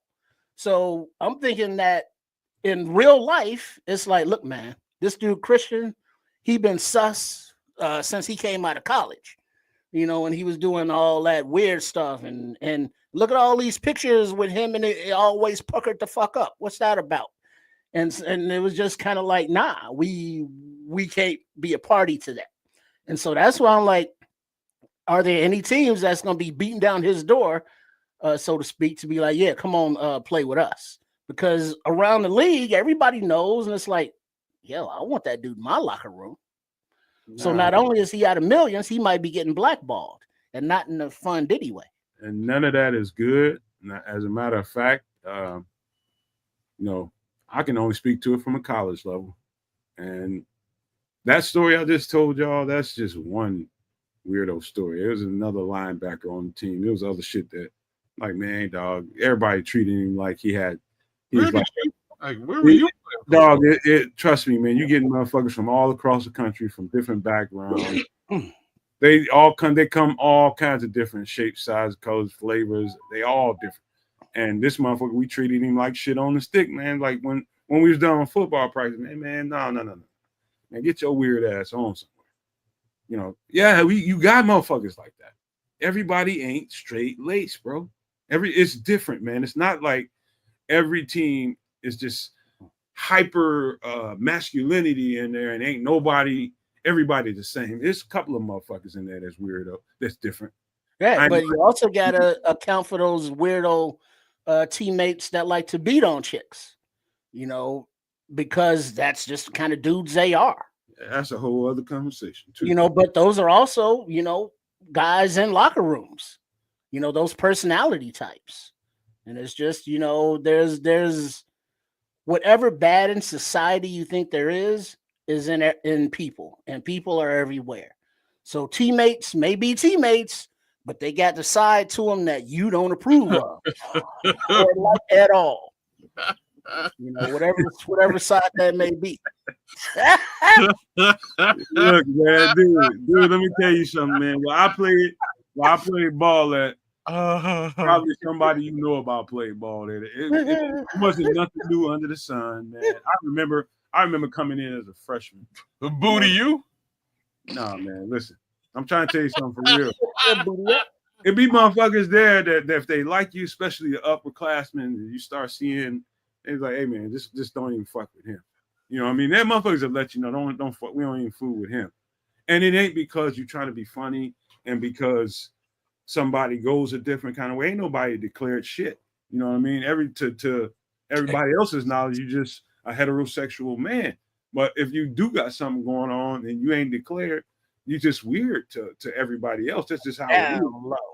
You know what I mean? It's just whatever it is. I don't have no problem with somebody's sexuality. It doesn't matter to me. You know what I mean? But in the football locker room and all that kind of stuff, man, that's different up in there. So you can't be having motherfuckers just in there doing that type of shit, man. You keep your motherfucking hands to yourself. This is where I'm going. Like, so I think there should be some level of internal disclosure with things along those lines. You like, if you swing that way, you might as well just tell your people you swing like this is how I swing. We prefer that, so we can. You know what I mean? At least now I know I can know how you get down. You know what I mean? We know how you get down. We know potentially what to expect if you're saying weird things and stuff like that. So there's that aspect. But most importantly, like again, some folks are so you might be so closeted that as an idea is not really something you want to entertain. Fair enough. Flip side to all this is by all means, man, don't be touching fools or putting your lips on them. Can't be doing none of that. That's so not sanctioned. That's so crazy that people will get that comfortable with other people that you think you can do that. I told you, man, you motherfuckers, man. Like, dude, don't be trying motherfuckers and playing games like that, little fruity ass games with people that ain't with that shit, man.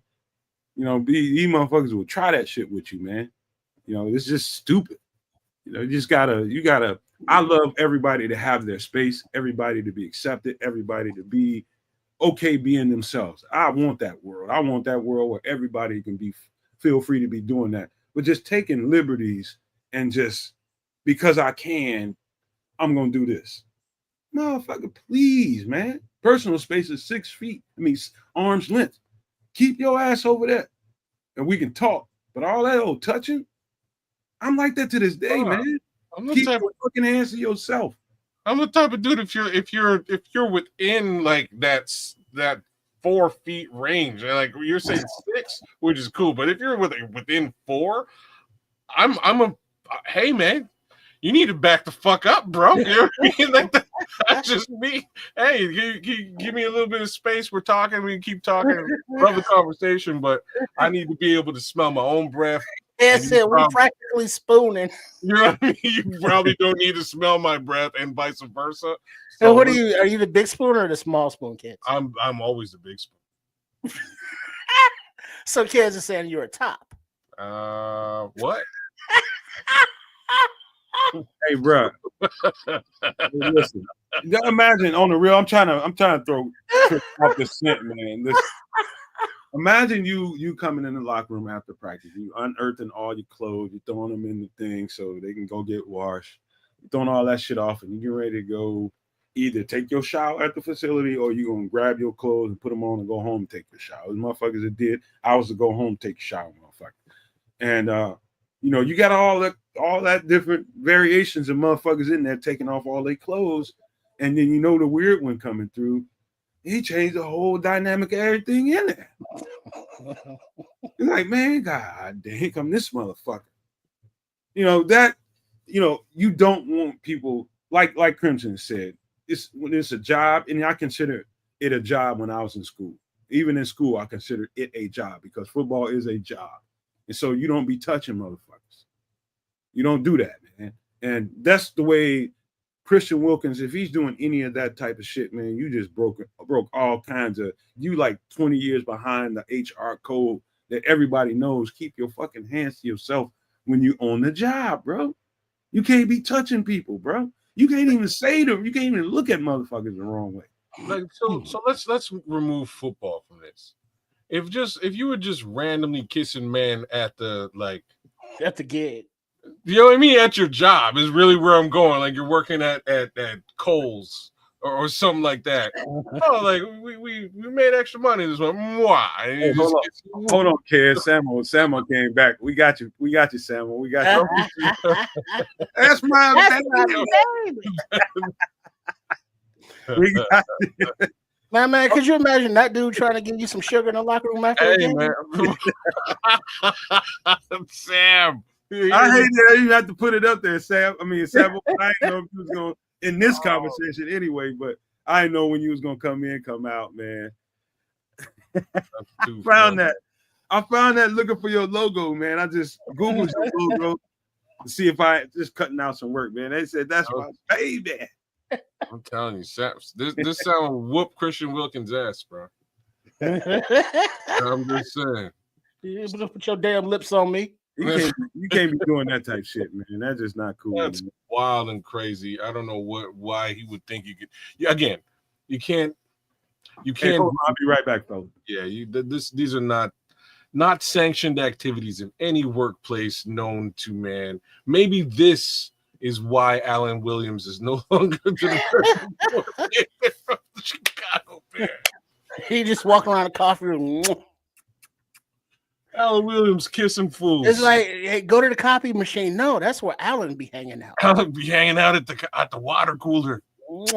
He be kissing folks. Samuel said that's like the freshman year of college. Yeah, so was that like 15 years ago? You're dating a man. That's cold. Yeah, true. Why you have to go all the way there, man? Well, I mean, did you saw the picture and you see what he looked like now? That's a good 15 years. Trying to date the guy, man. Oh, cool. I found that Samuel looking for your logo, man, and that popped. I was like, damn, is that Samuel? No, that's Samuel, bro. He said 22 years ago, motherfucker. Damn. Oh, for real, Sam? Still, man, keep date the man like that. Man. Shit, I came in on the low side. Well, I was underestimating while you're bullshitting. I didn't want to say I saw that gray in Samuel's hair, but he just said it. That's all right, man. But yeah, man, Christian Wilkins, man, do better, man. Just do better. all that old touching and all that old suspect shit, man. Come on, man. Fuck all, man. I just get uncomfortable looking at that fucking image, man. Hey, bro, if I know you're a touchy motherfucker, man, keep your ass on over there. You know, you get motherfuckers in need. You know, you be a motherfucker to get too drunk. Like, you ever met a motherfucker that get a little too much to drink and he start getting all emotional and touchy? Oh, bro, I love you, bro, and all that old. Yeah, go on with that. Get your ass on somewhere. Make me so mad. Right? So it reminds me of when I was a little.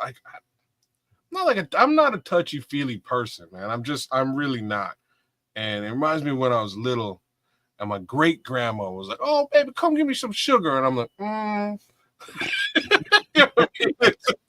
I ain't seen you. I don't really know you. I'm just meeting you one time. Like, yeah, I'm kissing motherfuckers like this. How about a handshake? You know what I mean? Like, that's it. Just, hi. You know what I mean? That's what it reminds me give of. Me some sugar. That's an old ass lady. So you go over there. I'm talking great grandma's like bones, man. Great grandma's she ready to go. Well, just hope that it's a kiss on the cheek and not one of those big wet ones on the lips. Oh wow! At first it was one, and then it was the other, and then it's like, damn, what did I get myself into? Say they just went up tongue, straight up tongue. Yeah. All right, man. I gotta swerve. I gotta swerve on y'all, man, because I gotta ask you a question, man. And I've done this a few times. You guys, and I just want y'all to take it semi-seriously, at least while we're talking about it. But as of January 2025, not January, July 2025, NASA has discovered an image. Let's say an image, a thing that is hurtling towards Earth and supposed to be in our solar system and arriving somewhere right around Earth in November of this year. Oh, for fuck's sake. I'm just saying, man. I'm just saying, don't shoot the messenger. God damn it. I just got I'm just saying, it's like now, as soon as we have a potentially good team, we're gonna get shit on by aliens. That's what I'm hearing. What I'm trying to tell you is, Trips, it's time to start worrying a little bit, and I know you are. So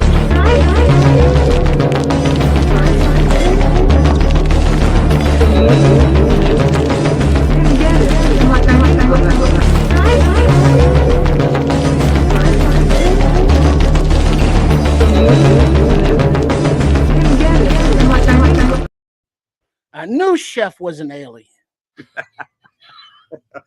Chef from That outer answers a lot. space? That accent that he has, I don't know where the fuck he's from, but it ain't from around here. and you're more worried about the Bears season than Well, here's the thing though. Are they nice aliens that want to be like, hey, how y'all doing? Hey, check this out. There's some cancer and shit, you know, mathematical equations. Here, that's on us. Go ahead. Or are they like aliens like, hey, y'all ain't nothing but meat and we hungry. You know, there's a difference there. There is a difference. That's a conversation, as a matter of fact, Triple R, because it's a lot of people that have these regular forums and discuss these things. It's people that believe there's been aliens here walking amongst us since the inception of man. It's like they created us. It's people that believe that an intelligent life, more intelligent than a human, created humans, and they've been here since we've been here. And they walk amongst us. They've been walking amongst us. They've been here forever. There's people who believe that. Like, and, you know, depending on what you believe, you know what I mean? It's just, what I know is this, man. This is the object. So let me tell you a little bit of a story. A scientist, a Harvard scientist called Avi Loeb, a Harvard science professor, suspects that there's an alien probe, quote, alien probe, discovered on July 1st called At 31 Atlas, the size of Manhattan, 7 miles across, heading towards Earth. The object is expected to arrive in November. That's what we know. And let me show you kind of what, if you haven't seen it, you're probably socially dead if you haven't seen this, but by now everybody should have seen this. I haven't seen this. All over. So it's not. This is the image. This is the first images that came out about this object. This is what the telescope saw. This is what the telescope saw. So it's that. And then you have this. This is probably one of the more recent images. This is it's one of those hyper telescopes that discovered this thing, saw this thing. This is like July 21st here. So that's very recent. This is what the thing looks like. Underneath it is the infrared version of it. So whatever this thing is, they're trying to basically determine like what they're interested in, the gases coming around it. So the fumes is coming off the thing that's coming behind it. Like what's the matter with it? There's something about that that's got every scientist in the world's ears perked up. So I don't know what you guys think about this, but this is I'm just gonna say I'm gonna keep my eyes on it. I don't expect a whole lot. We've had, you know, a whole lot of false calls in my lifetime. You know, supposedly this was going to happen in the year 2000. You know what I mean? That shit didn't happen. But this is something. Yeah, it's kind of tangible, man, because this is real. This is something they see in space, and it doesn't move regularly. So I'm gonna say a bunch of wacky stuff now. So we're gonna start with, I have zero trust and or faith in NASA. Wasn't NASA ever done for anybody anything tangible ever? They've been wrong more times than they've been right, and I'm pretty sure the moon landing was some bullshit. I'm just saying. So that's kind of where I am about anything that comes out of just general NASA. I don't trust them at all. I think they're bullshitting everybody. So I bet you this is just a picture of like, I don't know, some neon. I like a glow in the dark marble in water. You know, I wasn't there, so I don't know if the shit happened or not. I don't know. But I do know that I can look up in the starry skies and know from science that it's like, oh, each one of those bright star things is a sun, like our sun. And in our, what do you call that, galaxy, the Milky Way, you know, that sun supports however many fucking planets there are, 12, I don't remember, I'm old. But each one of those galaxies out there can sustain life. And there has to be intelligent life, obviously, because there are things out there that we don't understand, and it's older than us and smarter than us, and they can probably travel around as much as they want to. And if they wanted to be here and not seen, I'm sure that's a thing that they could do with their technology. But just to have a picture of some object coming, not cloaked or stealth, or it's like, hey, look at that big thing coming toward us. What is that? I don't know. But whatever the case is, we don't know if any of us will make it to November because life is very precarious. Tomorrow's guaranteed to no one. And so it's like, well, in November, this could happen. It's like, yeah, we still got to get through August. And the way shit's going in this country, who the fuck knows? So maybe it's a good thing that, in November, the aliens get here and it's like, hey, we're in time for football season because we brought some hella snacks across the galaxy for y'all to partake in. And it's like, yay. Or like I said, it's like, oh, we're here now. We're hungry and y'all look fucking delicious. You mean to tell me we finally putting together like a viable looking offensive line and aliens are coming to ruin it? Right. Is that what I mean?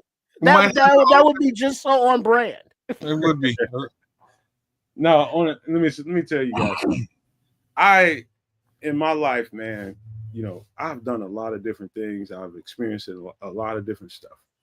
But have you ever met somebody that gets so into conspiracy, like the whole? It's a genre of people out there or just a genre that people follow. Like this, a whole apocalypse thing. Like you got doomsday preppers type of people that really, really take this shit serious. You know what I mean? There's people that are stacking up and loading up their bunkers and they've been living their whole lives in preparation for these kinds of moments. Everything they do is in preparation for these types of events. And I don't want to be one of those people just like thumb my nose at something that, this is tangible. That's out there. What it is, nobody can really explain to us right now because it hasn't gotten close enough, but it's going to get closer to the earth and we'll have a better understanding of exactly what it is. If it's the real thing, if it's not, we're going to find out. But I'll tell you this, kids, I had no idea about this genre until I started working emergency response. And so how that happened is you work emergency response. This ain't no ambulance chasing shit. This is talking about responding to natural disasters that happen in this country. And so through that, I learned how to, prepare a emergency response vehicle, a truck full of supplies and all that kind of stuff. All the things that you need to know. You need to know about everything hazmat, all that kind of stuff, the hazmat manual, all that kind of stuff. But it came with a whole bunch of necessities that you have to have in this trailer vehicle so that you can respond to natural disasters. That ended up graduating me to a whole different level of, preparedness. That's where it took me. And so I started doing some preparedness things because I realized how unprepared I was for any kind of disaster, for any kind of special event in this country. And it came to that when it came to COVID. When it was people running around here looking for toilet paper, looking for this, looking for that, all that shit was at my house. All of it. You know what I mean? So I'm just not going to dismiss this situation as something to laugh at. We just don't know. But it might be something to laugh at. We don't know. Man, go ahead. I'm just saying, if me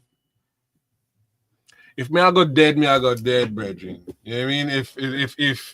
If aliens are coming to take over the world, I'm clean. I don't have a lightsaber. You know what I mean? Like I don't. What the fuck you want me to do about it? Guys, do you know a prepper, kids? I know preppers. I'm like real talk. I'm a child of the 90s and things like X-Files, man. You know what I mean? Like I don't know where you were in the 90s, but you clearly watched zero television. You missed all the. I'm just saying you missed all the like conspiracy laden shows and films. So yeah, I'm a conspiracy guy. Like I am to a certain degree. Do I have a whole bunch of stuff prepped? No, because my stance on this is if I'm going out, I'm gonna go out. Well, yeah, I feel you. There's I really mean, not much I can do. I can, you know. Kids, I would give you the same advice I would give anybody else after experiencing what I experienced. It doesn't, you lose nothing by making sure that you have basic necessities. I'm talking about food, medicine. well, yeah, but here's the difference, though, Nomad. What's You that? can have a couple pallets of water, in your basement, all the dried beans and rice and stuff that you can stock, but eventually that shit's running out. So Yeah, when it's finished, And everything that I've seen about anything post-apocalyptic is obviously fiction, but there are some common themes. Like there are no services there, and it's a kind of a dog eat dog, last man standing. Everybody's out for self, kind of territorial thing, right? manscape, and they want to take what you got, even if it's just to eat you because maybe they're cannibals. Who the fuck knows? But you're alive, but are you living in that kind of thing? If you're constantly fighting off zombies or aliens or nuclear winter or heat or extreme cold. Yeah, okay, you can survive a little bit longer than a few million other people on Earth, but eventually you're gonna die.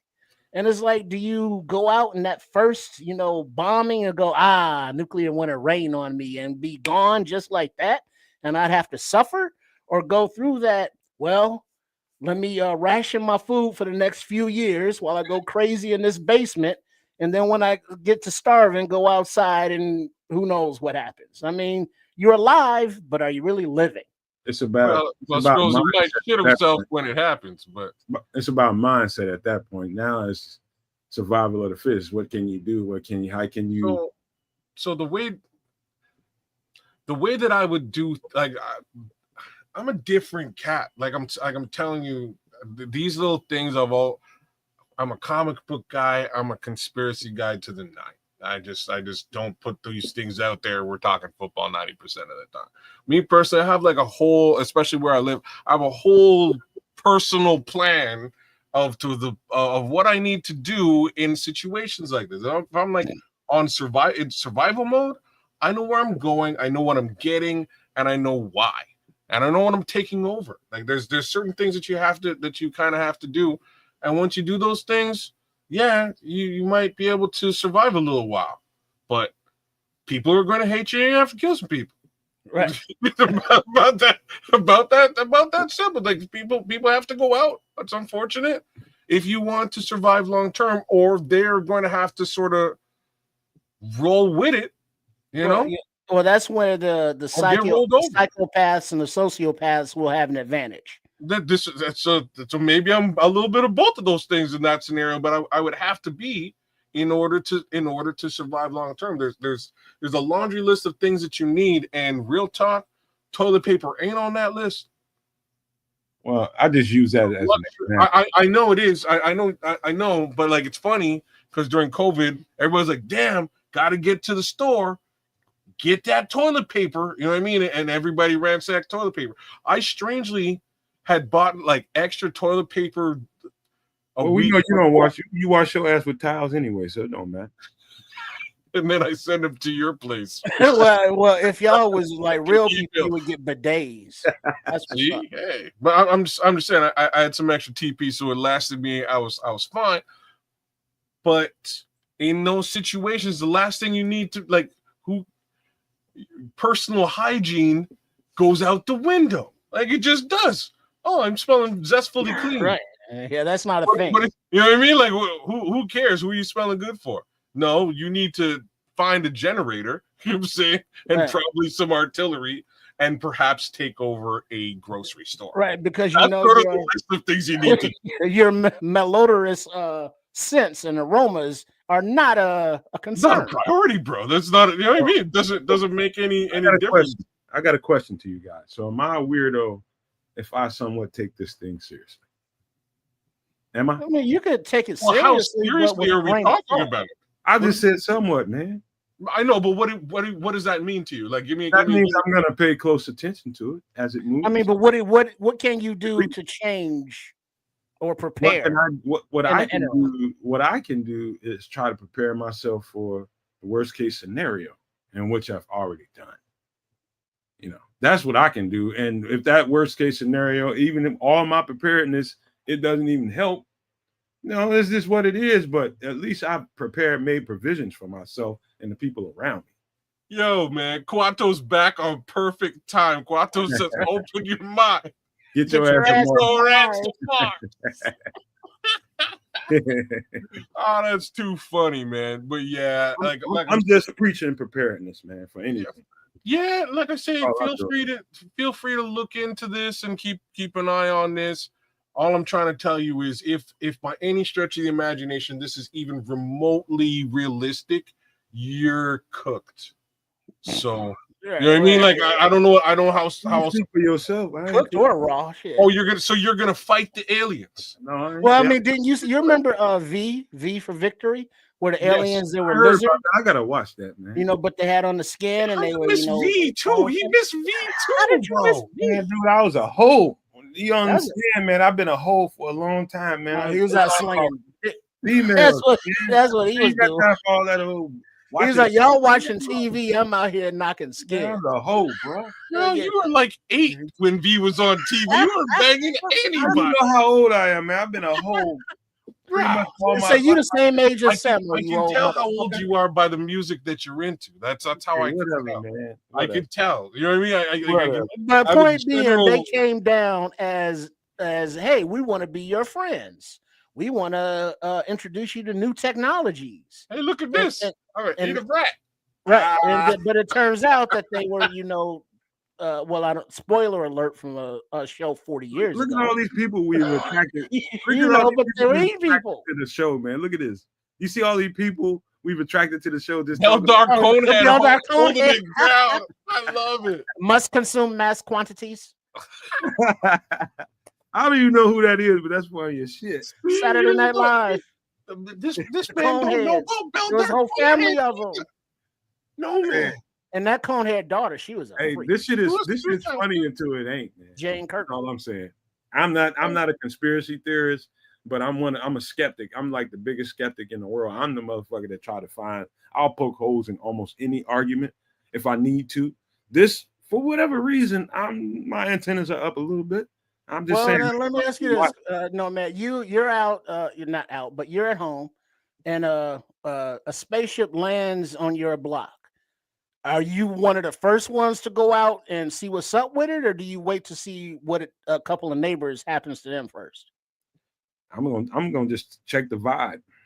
So you're gonna wait to see what happens to the neighbors first? I'm gonna check the vibe. I'm gonna see what's going on. They gonna eat these motherfuckers or not? Oh man!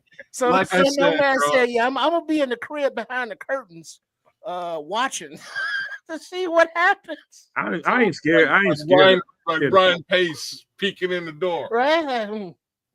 It's about vibration, bro. These motherfuckers. I think it's a foolish thought to think that we're the only thing in the universe. I think if there are people or there are things other than us out there, they've been there, they've known we were here. I think it's like how simply we think about other life forms. This is so goddamn stupid. Like, you can't be arrogant enough to believe that you're the smartest thing in the universe. You ain't. Oh, we might be prehistoric to some of these beings. So in that respect, man.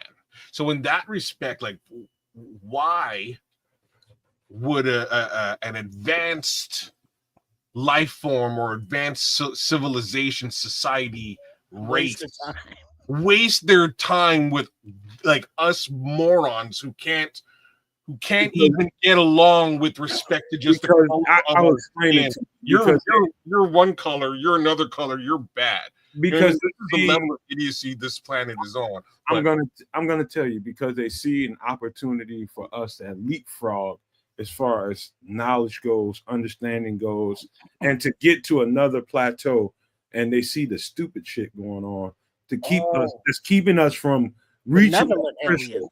That reggae music that's supposed to tie us all together, it's the negative vibration that's keeping us from getting to that next level. So you And think they're so coming you here? want to ask me why would an intelligent life form want to come to Earth to try to its intervention?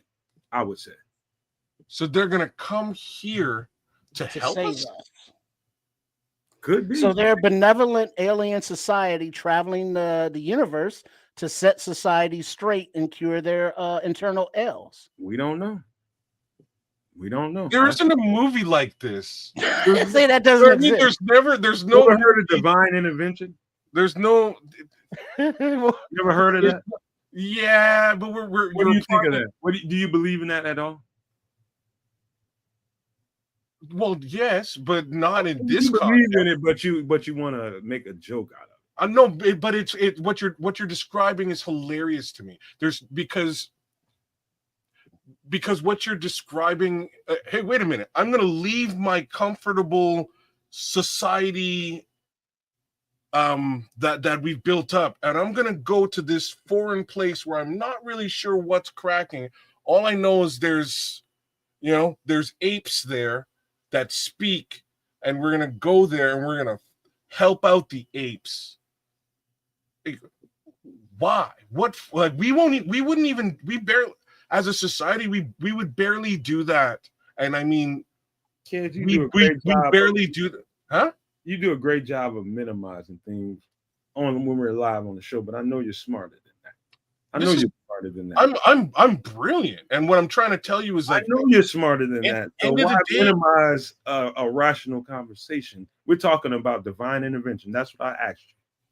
Yeah, but your definition of divine intervention with respect to Ain't the same as yours, huh? No. It's just with respect to an alien life form doesn't make any sense. Why would they're not going to come here nobody's coming here to save us. That's just not going to happen. Bro, see, that's the problem, man. Either we save us. You think you're so intelligent that you have all the answers. You don't. You don't fucking know shit. So you're like waiting. You don't know shit. I'm just saying. Well, So I mean, you're you're waiting for an alien for an alien ship to Who show says up. I'm waiting for anything? I'm saying that the possibilities. That's all I'm speaking to. Well, yeah, I mean, it's possible that Everything's they're benevolent, Okay, that then. they want to share, they want to, help with the sciences and physical stuff, or they're traveling the universe to gather resources for their home planet, or they're looking for something that the Earth has, and we just happen to be. And they're going to steal our resources, Or that's another argument. That's another conversation. That's not divine resource intervention. That's minding. straight up. That could be it. Yeah. This planet could be a tool for resources. Or we could be the resource. Right. Maybe they need to eat us or enslave us. All that old bullshit. These things make more sense than them coming here to shake our hands. Right, because why are you gonna travel the universe to be like, hey, let's stop on this planet? They got XYZ wrong with them. Let's help fix that, and then go on to the next planet and do the same. This planet has some shit that we need. Let's go and take that. And then go to the next planet. Let me ask you guys a simple question before we get out of here. So what if this intelligent life, let's think of the bright side of things. Let's say this intelligent life found a cure for all diseases and could bring that to the Earth. It can bring that to Earth. Not only that, he can find a way to move through time or something like that. You can go from one dimension to the other. That alien life form can bring that to you. So if you want to go back in your history, you want to travel back to the 1920s and see what that's like. They've got something that can help facilitate. So this is the optimistic side of the argument you two are making. Like these motherfuckers could be coming here to hack our heads off and all that old type shit. Well, it could be, but look at the brighter side. Well, You know what I'm saying? it could go this way, it could go that way. Fuck both of y'all motherfuckers. I don't give a fuck. I'm just saying, you're the first guy to die in the alien when the aliens show up. Well, no. His neighbors are the first ones to die because he's gonna be hiding behind the curtains. I'm gonna be the motherfucker raining over you, hoes. he sounds like the dude who shows up and be like, who knocks on the spaceship door and like, hey, what's up? You guys here to help us out? I ain't scared of shit. Did you guys bring pizza? I love ain't scared pizza. of shit. You I'm only, not- y'all got some you only space get to go. You only get to go one time. You can only do me one time. I'm just saying, you love pizza. Maybe they brought pizza, space. and you should probably go knock on the door and see if they have the pizza, because I know they're not. Like Richard Long's out there is like, hey, Ragnar, let's move in among the vermin, which is just you know what I mean? It's just a great way of saying there's no way that an alien life form who's more advanced than us is coming here to help us. They're also like, if they had cures for cancer or disease in general, that's something that you would have to apply and test. There's no environment under which they could apply it and test it on the earth without coming to the earth. You trying to rationalize something that we don't even understand. There's no rationalizing that. You don't know what the fuck is out there. No, you know how the process is. That wasn't a rationalization. That was you trying to rationalize it in your head as you speak. No. I'm giving you a that would make me look stupid and make you look brilliant. No. I'm explaining to you like a scientific fact. Like this is why like you put a virus in a petri dish and test it to see what happens. You have to determine what happens when you apply different stimuli to it. Aliens wouldn't have access to the same environmental stuff here as they would in their environment. They may not have oxygen. We do. You know what I mean? Like these are just water. These are general things that they would have to sort of come here if they had that fix, that save all, cure all. All right, you'd have to come here. Where's the dude at? Hold on. Where's the dude at? Hold on. We got to, because the dude has to get ready to get out of here. I'm right here. I got one more thing. Damn, my bad. I got one more thing I need to discuss, and that's one question. Let's be quick about this. Let's just get this out there. Have any one of you two guys, and just answer yes or no, and then we'll come back. I'll ask you a question. Have you ever experienced deja vu? Kids, start with you. Just yes or no, bro. Either you did or you didn't. We got to get. I'm not really sure what that. You can't say yes or no like every normal motherfucker. Just say you did. Where it's like you think I've done this before. You might not have, bro. I don't think so. Okay. I mean, you don't know. Like I have a funny. No, you don't know what it is. I have a funny deja vu story, but like I haven't really like experienced actual deja vu. Oh well, I have. Multiple times. It's like I swear I've done this shit before. Been here. Maybe I dreamed it, but I've had that occasion where it's like I must have dreamt this or some shit. Okay. So we got two people that Kez is saying he quasi has. So hold on a second. So I also generally don't dream at all. Bro, you just trying to build in some. I'm gonna give you a chance to explain it. Just say if you did or you didn't. No, I'm saying I don't. I've never experienced that, and I also generally don't dream. I've only started to dream more recently for very specific reasons, which we can get to at another time. But it's a lot of yeses in here. I think most human beings that I've asked this question to a ton of people, and I don't know if I've gotten a no yet. You might be the only motherfucker that I ever talked to that even came close to saying that. Trips, you have. You want to explain what that was like, Trips? Yeah, I was just someplace or places doing whatever the hell I was doing, and I had to stop and go, I've done this before. And it wasn't like, you're at a job or something and you're doing a repetitive act and it's like, oh yeah, this is just like yesterday or last year. These are just independent, random places, times, things. And it's like, I've dreamt myself picking up this bottle and reading this label in this environment, but I've never fucking been here before. Exactly. And it's happened multiple times. Exactly. That's part of what I'm saying. It's like I've done that a few times in my life. And I know I haven't been in this place before. I know for a fact that I haven't been in this place before, but I've seen myself in that place before. And so here's my thoughts. And before we get out of here, my things about that. I haven't heard anybody give me a qualified explanation. Well, not a scientist, not a doctor, not a nobody. Nobody can really explain deja vu. And we just got through making all kinds of jokes and fun about other life forms and all that kind of shit. There's something to deja vu that we don't quite understand.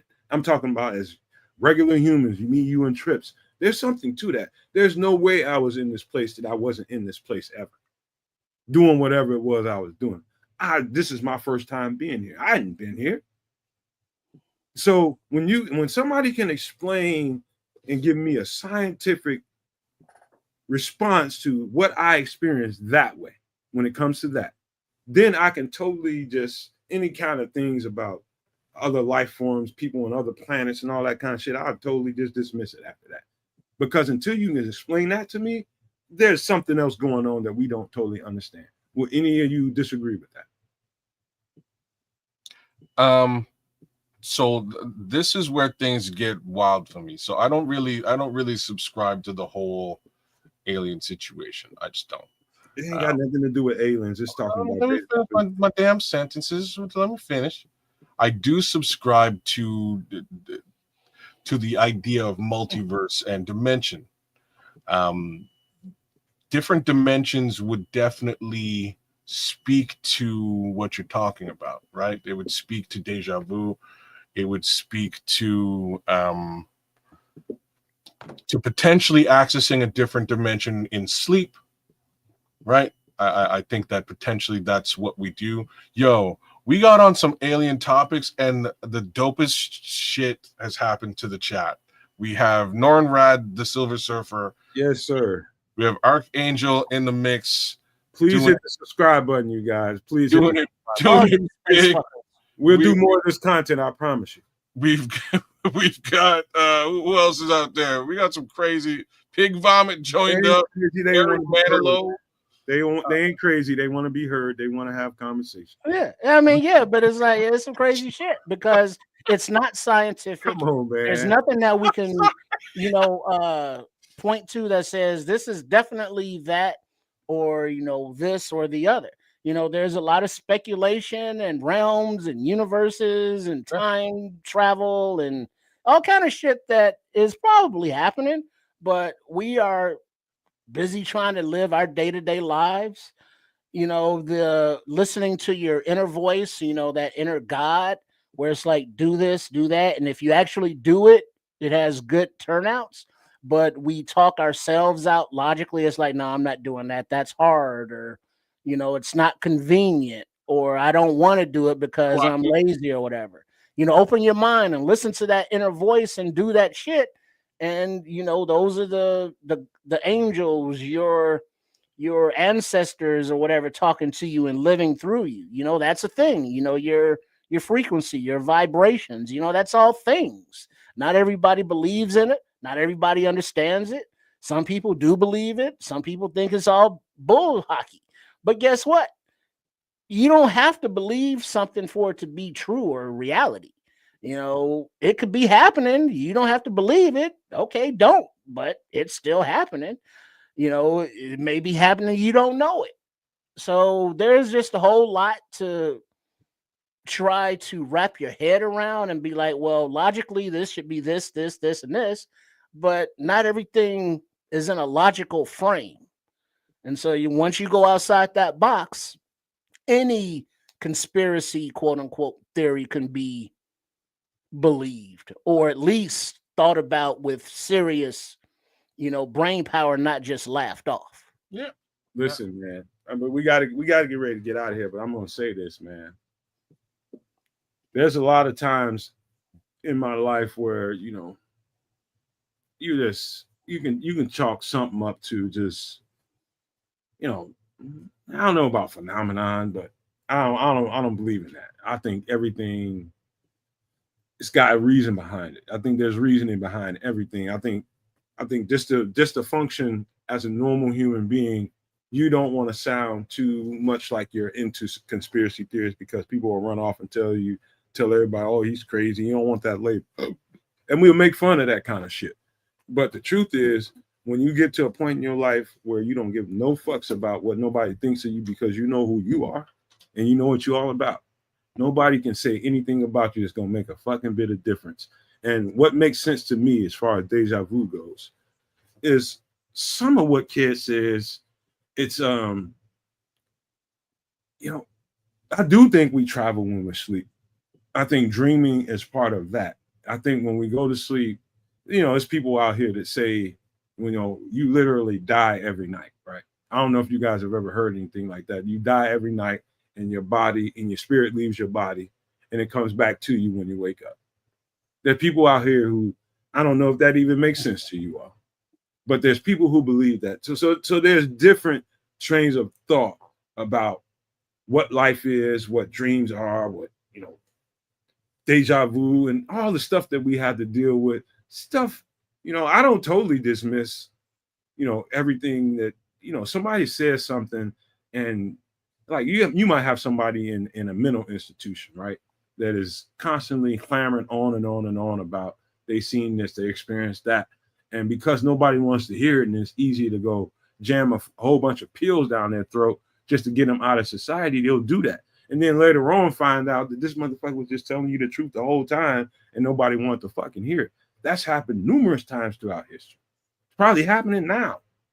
So what I'm saying is be willing to open your mind, open up your spirit to something. I think that's what's getting in our way. And I'm talking about us as a human community on this planet. What's getting in our way is people are too goddamn thick-headed and stationary in their way of thinking. They are scared to expand their way of thinking. And that might mean accepting somebody that doesn't look like them. Well, that's the human condition. Peer pressure. The pressure from the peers changes depending on the subject matter. If you're a weak ass person. Well, there's a lot of that going around because at that age, when you're in development, you're young teenager, when the peer pressure is in effect, you're just trying to fit in. And it's like, oh, look at you, 4 eyes. And it's like, yeah, I wear glasses because my fucking eyes don't work right. Look at you, fatty. It's like, well, my parents are fat. I'm fat. So what? Look at you, skinny. Look at you. How's the air up there, tall guy? It's like, well, I'm tall. What the fuck you want me to do about it? So a lot of the things that people get picked on are just inherent about them that they have no control over.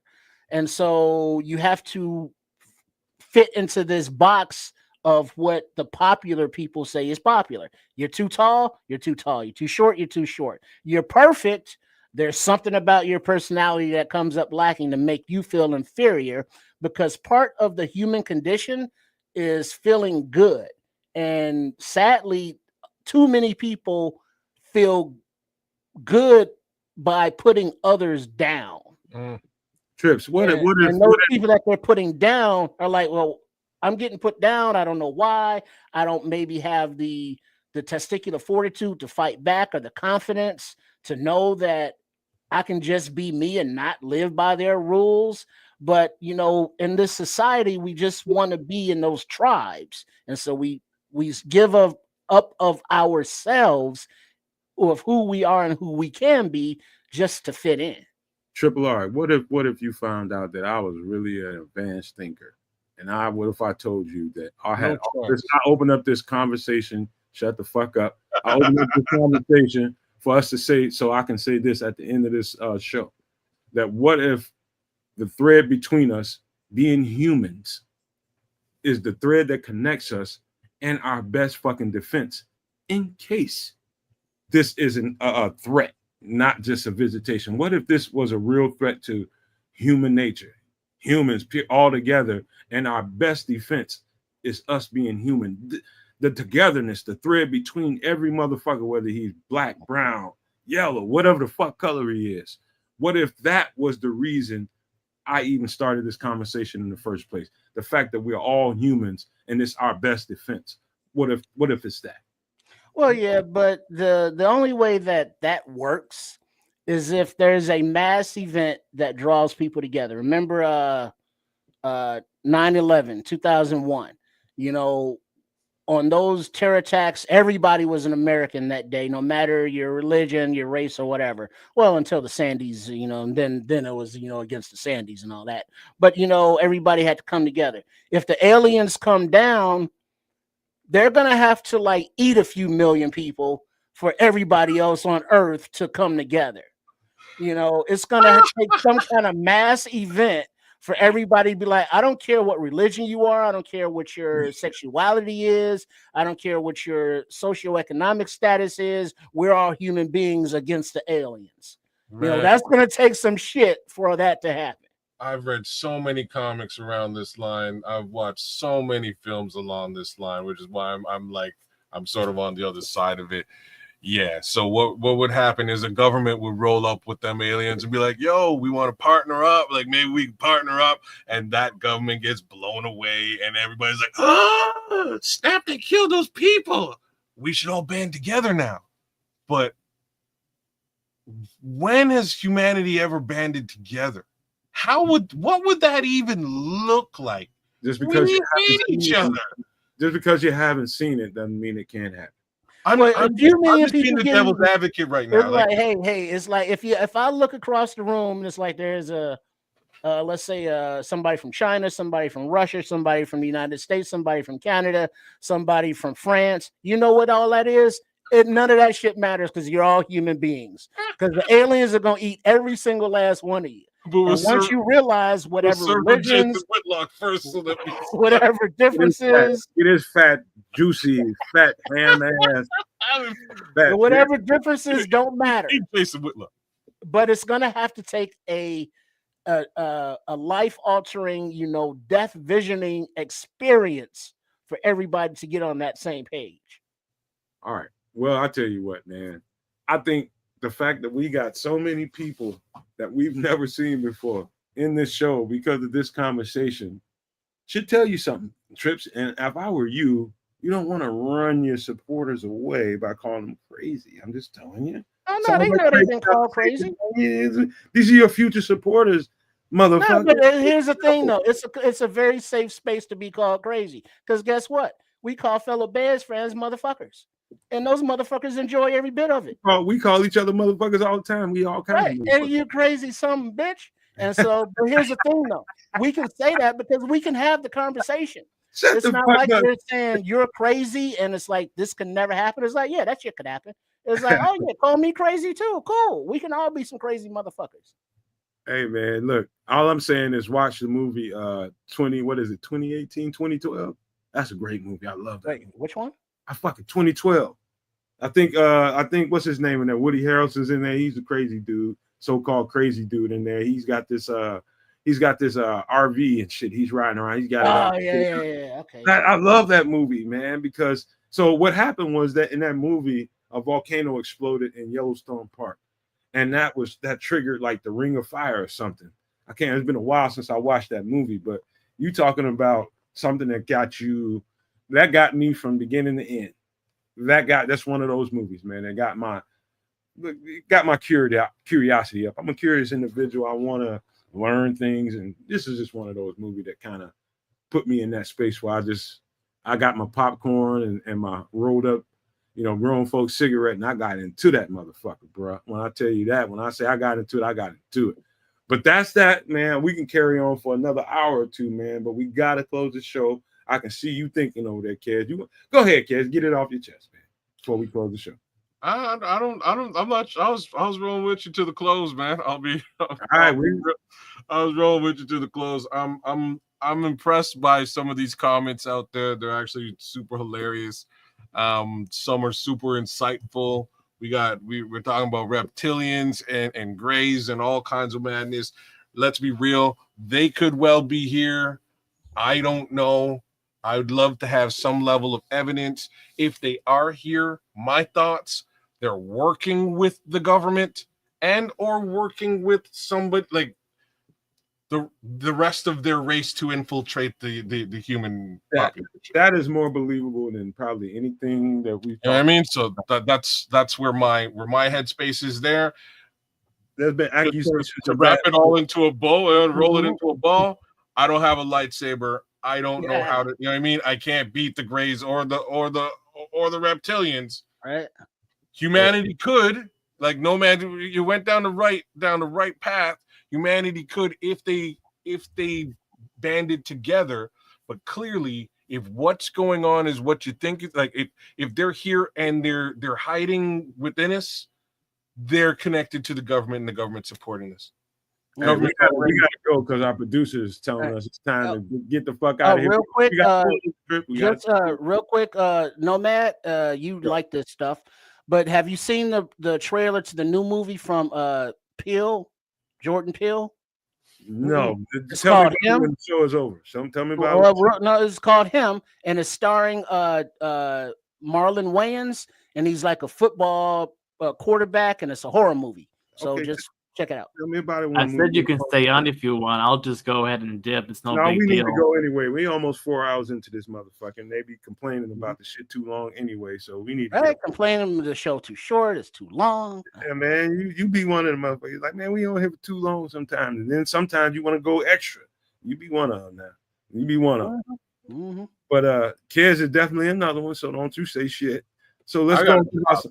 Before we do that, man, before we do all that, let's get out of here the right way and make sure that everybody that came and enjoyed this content does one thing, man.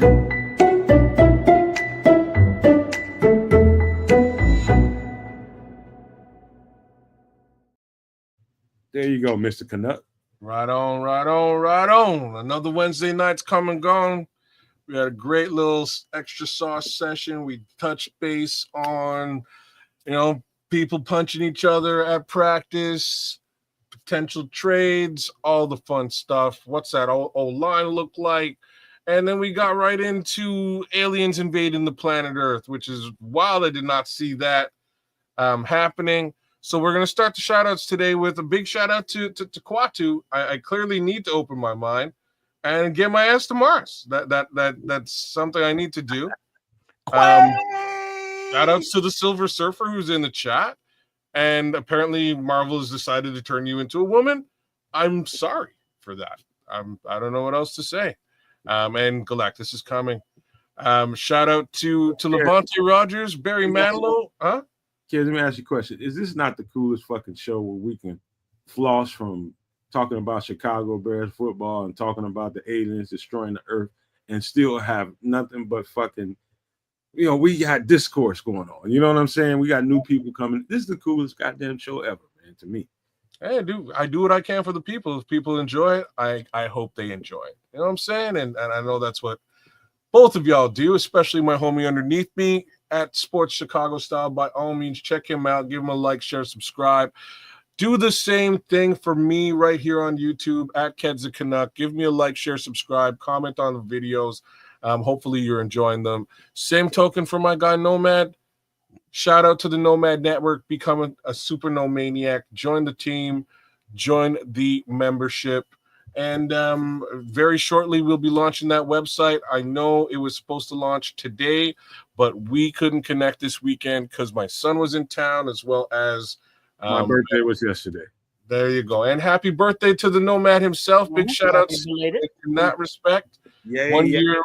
One more year around the sun. You know what I mean? So props in future as well. So we'll have to keep this in rotation.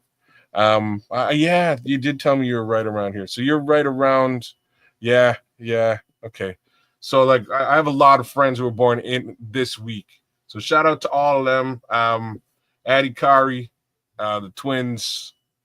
I have a Deuce One Effects, bunch of folks born this week that I'm close to. So again, rest in peace to Kari Conspiracy Stewart. He was again born this week. But back to shout outs to the folks who are with us. Scrolls, Belizean Bears been with us all night long. Andre Bryant's holding it down. AC Adam was with us tonight. Samo kicked it. Keith the Bishop was with us. Darius was with us too. Richard Long's holding it down. Pig Vomit jumped in. Ron Winarski, Chris Foster, Real Bears fan, was with us too. No love for Don Burr. Absolutely no love. A little bit of love for Lester. Anyone else out there? Leroy Green was with us. B. Shep 23. Paul Rodriguez was with us. Hey, man, we had a good show. Oh, can't forget it's Crimson who started us out with the wrench. Big shout outs to our guy, the Immortal Nod, just keeping it real with us online and always shouting us out there. Catch us all on Twitter as well, by all means. And I'll throw it down to my homie underneath me here. Trips? Yeah, right out. Somebody put up the picture of baby cats because I need some baby cat Zerberts. Oh, jeez. Oh, Lord, there you go. I need some of those baby cat Zerberts before we can get out of here on Extra Sauce. Because the No Maniacs know how it goes down on the Nomad Network every Wednesday night. There it is. Get those Zerberts from the cats to connect the baby cats. Look at that little fatty.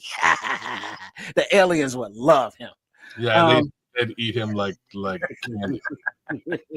So make sure you are subscribed there on YouTube, Cats of Canuck, as well as Sports Chicago Style, as we are in the midst of our 2025 Chicago Bears roster review, every positional grouping.